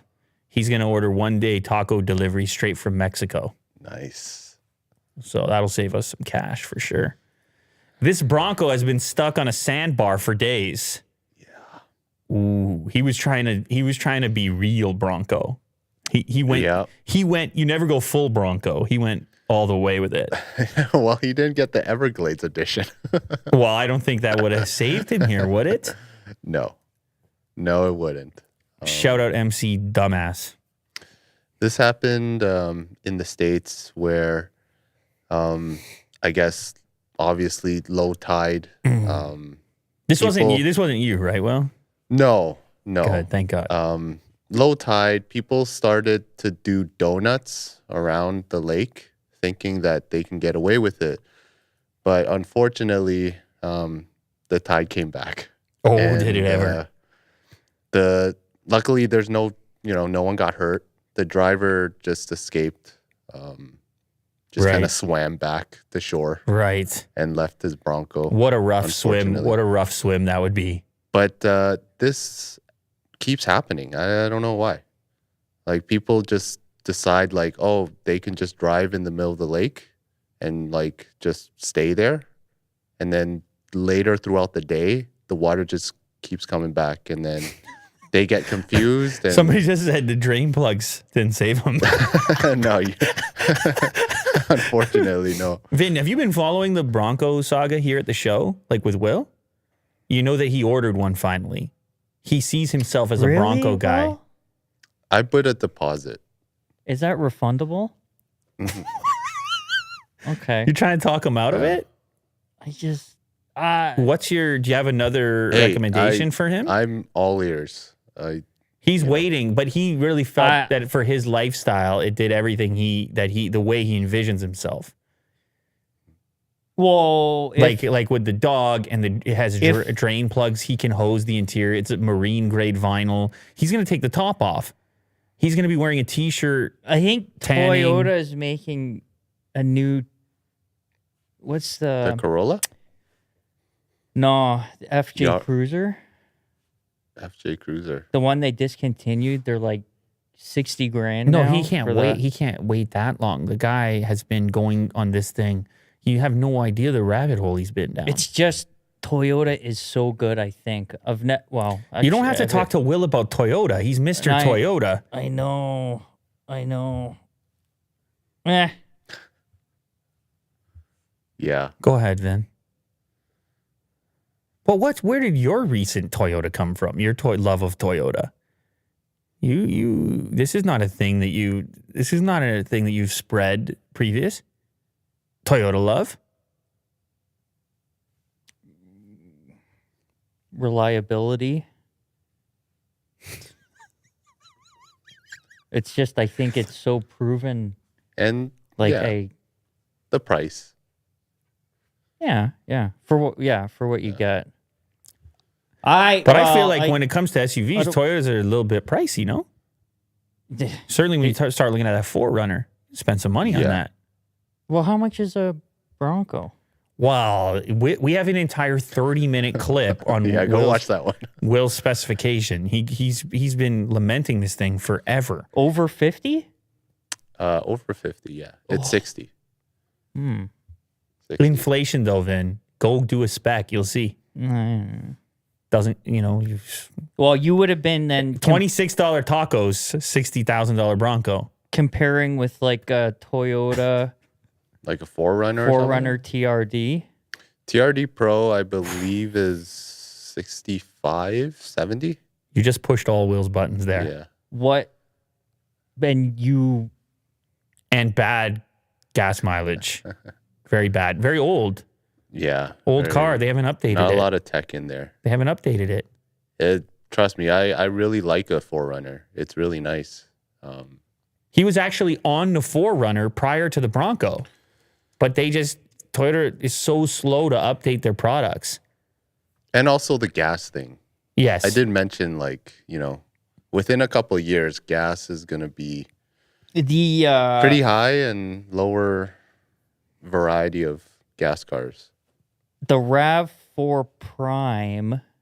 Get out of here. 300 horsepower. He's not getting a RAV4 Prime. He can't do it. RAV4s are nice too. Show it to me. Show me the RAV4 Prime. It's 300 horsepower. No, Vin. Well, it's a RAV4. Vin. This guy is talking about being off-road, off-grid. But the only other one, if you wanted to, you could do the Honda Passport. No, Vin. The package he bought for the Bronco is vinyl seats and plastic floors that he can hose the whole thing. He wants dirty, muddy. This is a vision he has. He has a vision. He doesn't. Is it your first Ford? Yeah. Well, you'll know soon enough. Why? There's problems with it? I'll tell. We don't have to talk. We are talking. No, but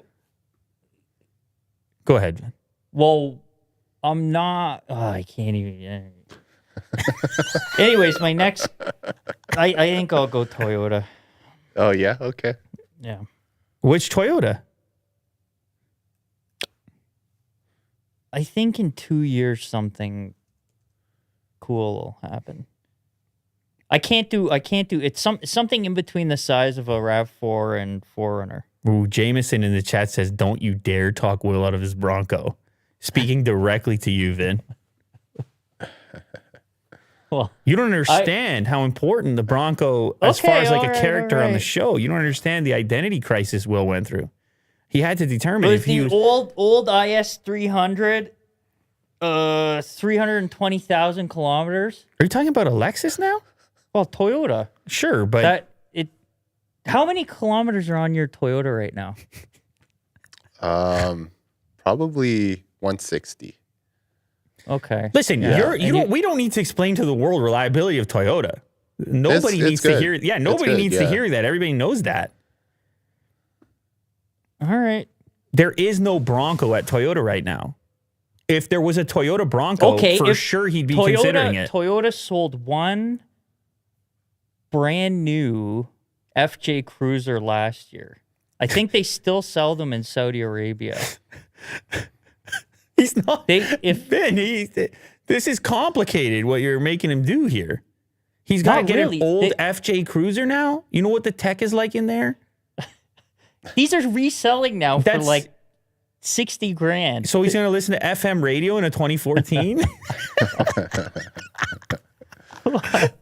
Come on. You can't compare that to a brand new Bronco. You can't. I mean, it's just not the same market. It is cool, but it's just not the same thing. Wow. I think they're doing it again. If they do it, that's my direction. If You want it's to know? EV, you're gonna get EV. I'm still thinking. But my ultimate fantasy, if they Whoa. no, Whoa. if they, because you can get a 2-door Land Cruiser in parts of Asia. Well, Vin, where are you going off-road, sir? it doesn't matter. Yeah, it Just does in ca- matter. If I don't need full off-road, but You're talking about off-road vehicles right now. Why not a Jeep? Oof, No. it was. No, he's talking about like a Rubicon. No, Yeah. It's like a basic Wrangler. they made a special edition one in China. It looked cool, but a drag. I can't. It's what? Why am I? Wow. Go ahead, Vin. Go ahead. It's like. Actually, you know well, what? all of a sudden, That you're new- going off-road. All of a sudden. You're going off-road now. And I want to know how that I happened. like the ability. Will if decides I to go have off-road. You talk crap about his Bronco, and then you're going off-road 5 minutes later. If you go back and look at just whoever's winning the Dakar or those, Like it's the modified like Baja California. races. Yeah. Those mod. Actually, there was I forget what it was, but you I don't know. Keep an eye. What's going on? When do you have to make a decision on this? What are you talking about? He put a deposit on a Yeah. Bronco that he had previously been lamenting for at least 6 months, maybe a year. Well, the dilemma is it's probably going to be like over a year. When do you have to be final about it? Like, when do they ask for the last payment or whatever? I believe right before they start building it. So, like in 3 Like months. if it's or in like the something? build schedule, I think they'll let me know. And that could be like 2 months, 4 months, gonna. Well, they say at least a year I don't think. Oh, at least a year before you even. before it gets built. Oh, you got time. Stuff will happen by then, Guys, I mean, I don't. There is no equivalent product to what he purchased or what he put a down payment. No, nothing. Coming. Everyone's doing it. Let me now. tell you something. Everyone is doing it now. He- Subaru's doing the new rugged off-road Get out of here, version. Subaru. Well, I'm He just can saying, take they're the all- roof off. He can take the entire roof off of this car. He has a convertible SUV. The only other one that I'm aware of that's 2022 model year is going to be a Jeep. And the Jeep, we all know it's been the same classic styling for however long. It doesn't really feel new for him to go spend 60 grand. The on the other hand, you can see them out in the road. You notice them, man. You're Yeah. like, damn. Yeah. That's especially the real Bronco, not the Bronco Sport. You may be confused, Vin. No. You're seeing the Bronco Sport out there. You're not seeing as many full-out Broncos like what Willie do ordered. He ordered the real Bronco. This is a proper off-road machine. And you're talking about Ford. I've had how many Ford F-150s? I did no problems on those. Well, then why not? Ford knows about How trucks. much is Raptor doing a Bronco or no? You mean is Ford doing Ford doing a Raptor Bronco? Raptor They are. Bronco. It costs $1 billion. He's not in the market. It's going to cost a lot. over 100? Yeah. Really? Oh, yeah. And good luck getting one. Well, we're talking in Canadian dollars as well. This thing's a beast. I mean, look at the picture above that, Will. That's real. Look at the axle in the back. That's off road, dude. That's not a RAV4, Vin. No, but that was my level of off. I'm happy with. Well, I wouldn't do the TRD RAV4. I wouldn't if I'm gonna something in between RAV4 and 4Runner. It doesn't exist yet, but I think it's coming. Well, I mean, this thing is selling like crazy. Not the Raptor model, which will is also, but just the. Oh, there, 82. Well, they had a 82.5. Yeah, US. Yeah, it'd be over $100,000 here, but the Bronco that he got is maybe the most capable vehicle he can get for the money. That isn't a Jeep. Period. With everything modern that you want in it, and with a removable top. He could get maybe some old Land Rover or some old. Have you been happy like with a Defender or something? Yeah, but that's insane. Expensive. That is literally insane. That you're driving a class. What are you doing at that point? Yeah. You can get the. They allow. I think you can get the old.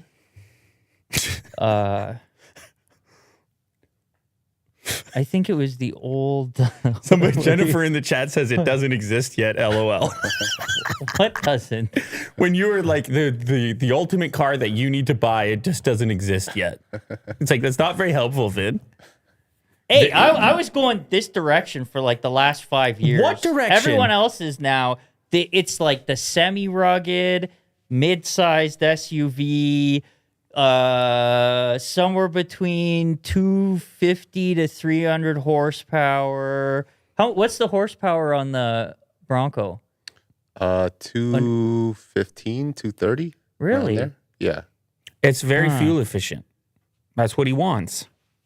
He's not trying to fly out there. I mean, if you want the horsepower, you get the Raptor model. What does that have? 215 to 230. 450? Yeah. Does his Raptor model have But 450? I would get the 2.3 liter engine. I think there's a 2.7. He intentionally chose the fuel you- efficient model. Okay. Yeah. Yeah. On a vehicle like this, that might be okay. You know, you're choosing fuel consumption versus responsiveness, but you're already in a relatively heavy vehicle. You Yeah, know? the thing's almost 5,000 pounds. Yeah, so whatever. I mean, you're fine to get up to speed. The key is he can take the top off. That's been a huge deal for him. But how has your experience been with Toyota? It's been good. It's very reliable. I know. It's just, I haven't had any major problems with it. I know. And that's a luxury. Mm-hmm. Yeah, I can go to like any dealership and then they can just. Oh, yeah. Parts all over. Yeah. It's very convenient. I hear you on that side. You got time, Will. You got time. Yeah, but you've given him no good suggestions. It'll come up. It'll show its. It won't. Its fit. Yeah, it will. Give him a convertible SUV that can actually off-road. Go ahead. Go ahead. With drain plugs. Go ahead, Vin. Well, drain plugs are key.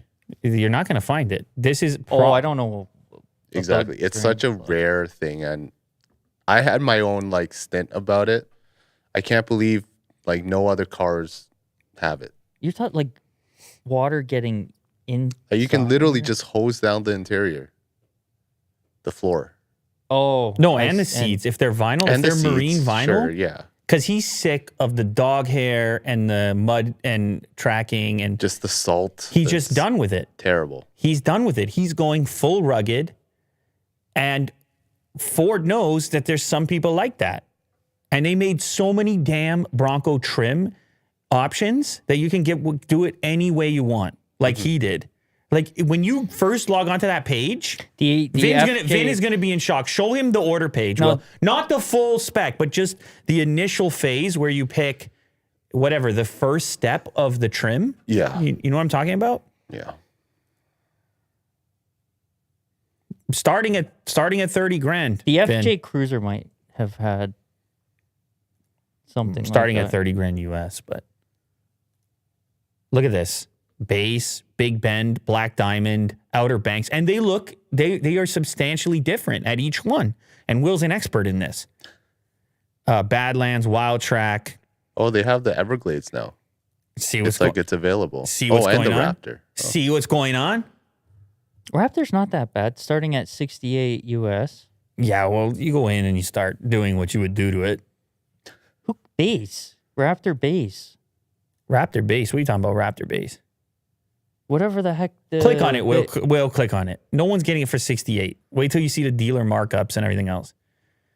Look at that little guy. That's the best. Well, this is deal. the 2-door. Look at that. No, that's a 4-door. Oh, it's a 4. Oh, yeah. Sorry. Look at that little guy. No, you can't get the Raptor in 2-door. Right. Look at that little guy. I mean, That's fun. that is a little fun machine. Those are my wheels that I have on the truck on the Beadlock? F-150 Raptor. I have those exact wheels. And you get the hard roof, which is the one you want, right?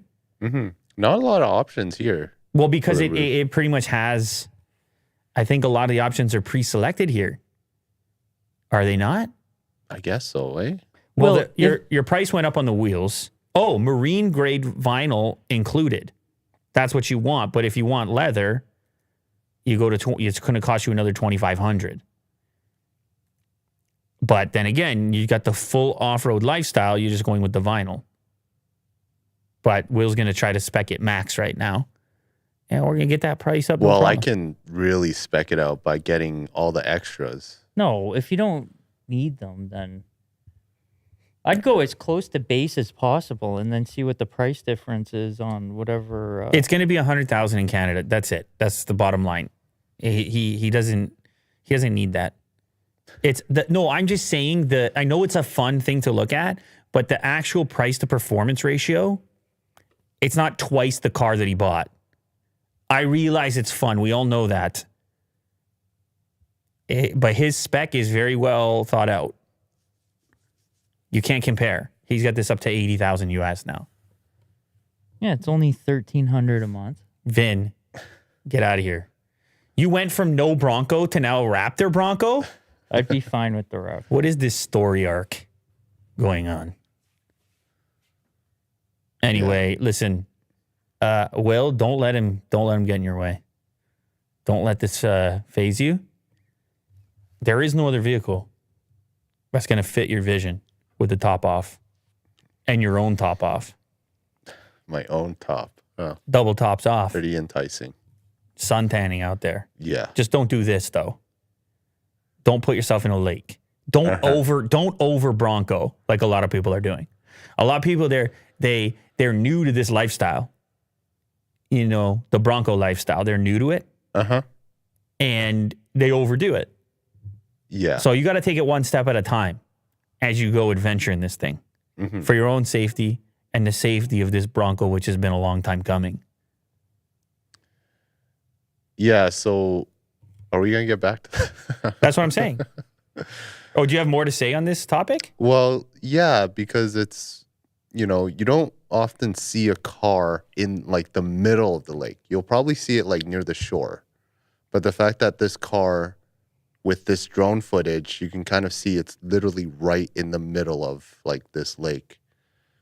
Probably like a couple hundred meters around. And there's difficulty in retrieving cars like this because, first of all, the car is really heavy.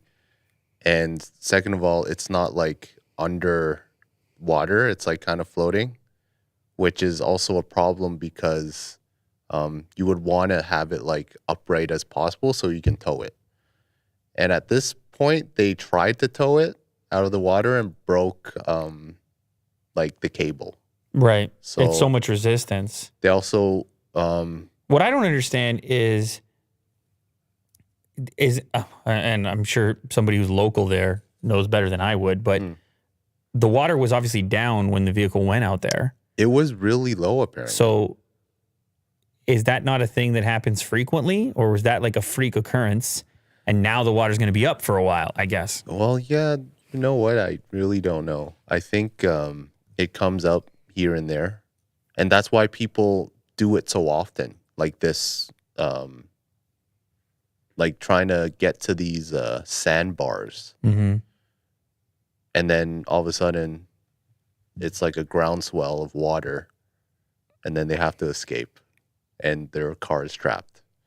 Yeah. But it just looks weird, Oh, definitely. you know.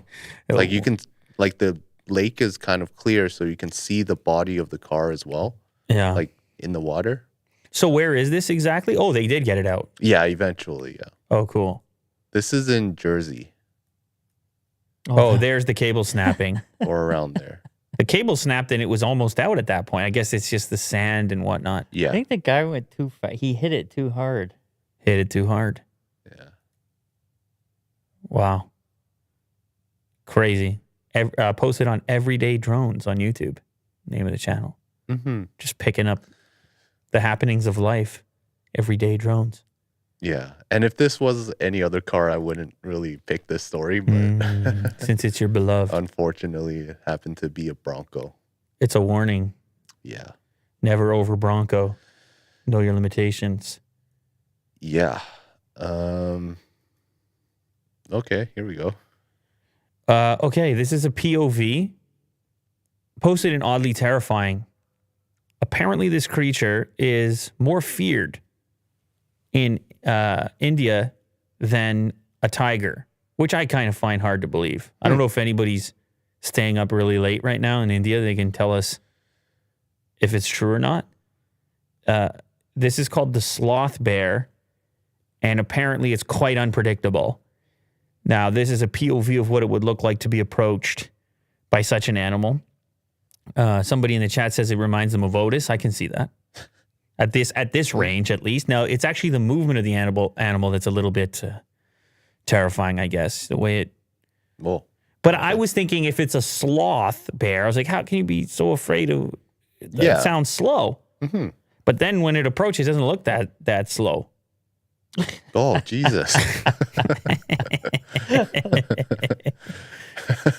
It's almost like a video game glitch, sort of. Like it's like at the very end there, Yeah. it keeps the left leg up and it's angry with the camera. It looks like Does look unpredictable. someone wearing a costume. It looks fake.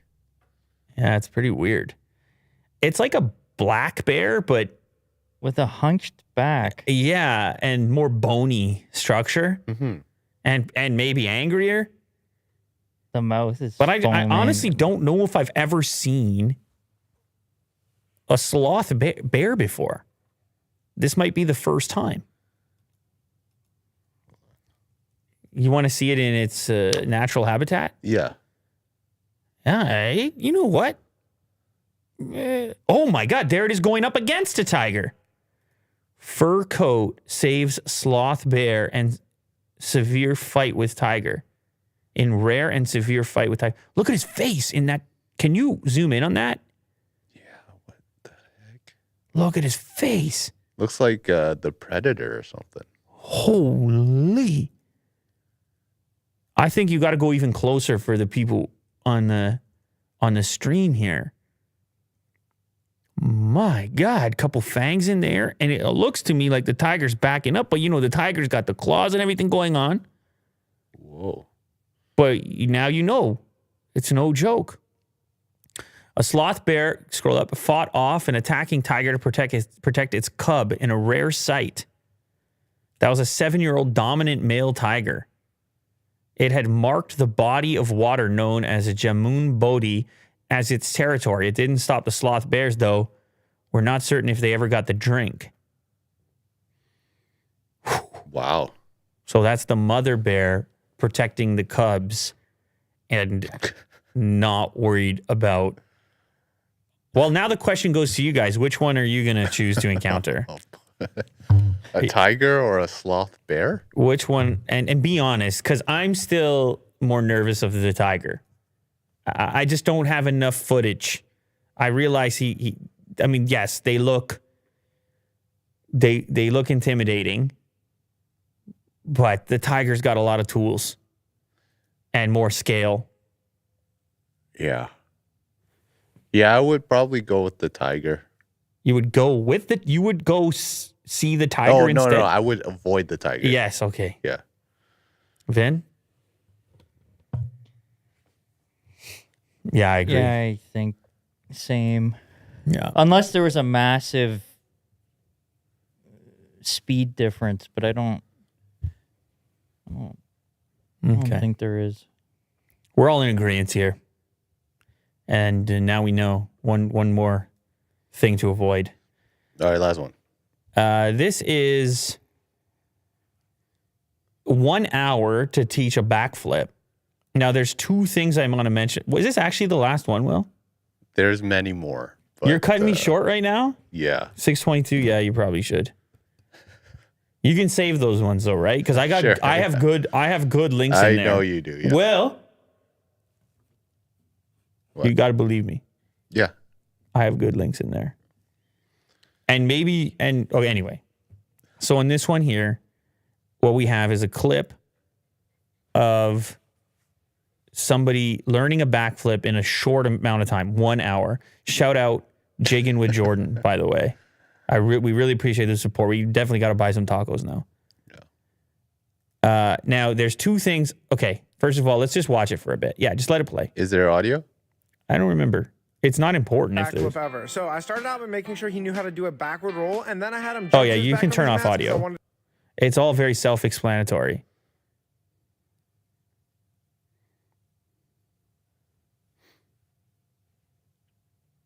So he has the coach. And Otis. the coach is... Otis sound like a sloth bear right there. Yeah, so the coach is doing one step at a time. It's like you jump straight up, and then it's, piecing it together in different stages, including this last sort of somersault aspect. Now, you would think of a backflip, and you would go, okay, like it's just not going to happen, especially not in an hour. And the kid is obviously pretty athletic here. But can I just talk about something else in the meantime? This editing style. Yeah, it's very instructive. But doesn't it feel like your brain is glitching? It's so many cuts. Oh. You didn't notice that at all? I didn't really notice. Wow. No. I'm just really in tune with like how they are doing it. I am amazed. You must watch more cool. You must watch more TikTok than I do. Oh yeah, definitely. I'm more used to it. Because I was just like, wow. It's like there. That was like 10 cuts. Uh-huh. Those guys. It's like crazy number of cuts. Maybe it's the new trend. Maybe. But like anyway, zooming in and out. It's impressive regardless. And when you break it down in these steps, you realize it's not really that crazy. It's just combining it all together and believing you can pull it off. And experiencing the like steps in order to get it. Like he's trying to work on the landing. And if you were to do it at like front to end, I think that'll be really scary to do. But if you kind of like know the ending part or like in the middle and try to break it down in that way, I feel like it's kind of helpful. And then, of course, the last piece is actually just physically aiding in it. And then tons of hands padding. and lots of padding is key here. But yeah, it's a kid doing no mat, just like straight up backflips in an hour. It's pretty cool. That's cool, man. That's what I thought. Give me one more, Will. Let me have one more. Come on. What? Let me have one more. Give me one more post. Oh, one more? Give me one more link. Don't fade me out. Oh, no, don't. Get rid of this one. Get rid of that one. Oh, yeah. Okay. Well, no, let's... Wow, you actually have a lot of links, too. There's a lot, yeah. Well, what do you want to do? This one? All right, never mind. We'll come back. I was thinking of something that would Which be one? good for Vin. Oh, what? Go to the one the other Reddit post, but further up to the left, like beside. this Yeah, one? nah, never mind. Okay, cool. Well, whatever. We'll get to more posts tomorrow. Yeah, we'll get back Willie to Doo it. is exhausted and starving, and he needs tacos, and it's a hard life out here, man. The grind. Yeah. Appreciate the super chats. Yeah, we really, Jeez. we really do. Since we're copyright infringers, anyways, we appreciate you guys for making this show possible. It's a rare Vin appearance. Hopefully, it's not the last. I know you guys. I know he's the number one most requested guest, so you guys can spam the chat and just let Vin know how much you appreciate his presence, minus the Bronco stuff where he doesn't understand the lore. He doesn't understand Lou Later lore. What are you gonna eat, Will? I know you're starving. What are you gonna eat? I don't know. I have to figure it out. I have to make something. No clue at all. No guidelines. You're going from scratch. Just the whole world of possibilities. Well, maybe tacos. All right. Yeah. It would be fitting on a Tuesday, and after our tangent, our Taco Tuesday tangent. Yes, appreciate everybody who joined us today. Appreciate all the super chats. Appreciate Vin for joining us. Obviously appreciate Willie Doo for starving for the last 2 hours. Plus, this won't be the last time. In fact, we'll see you sooner than later, because we'll see you tomorrow. Yeah.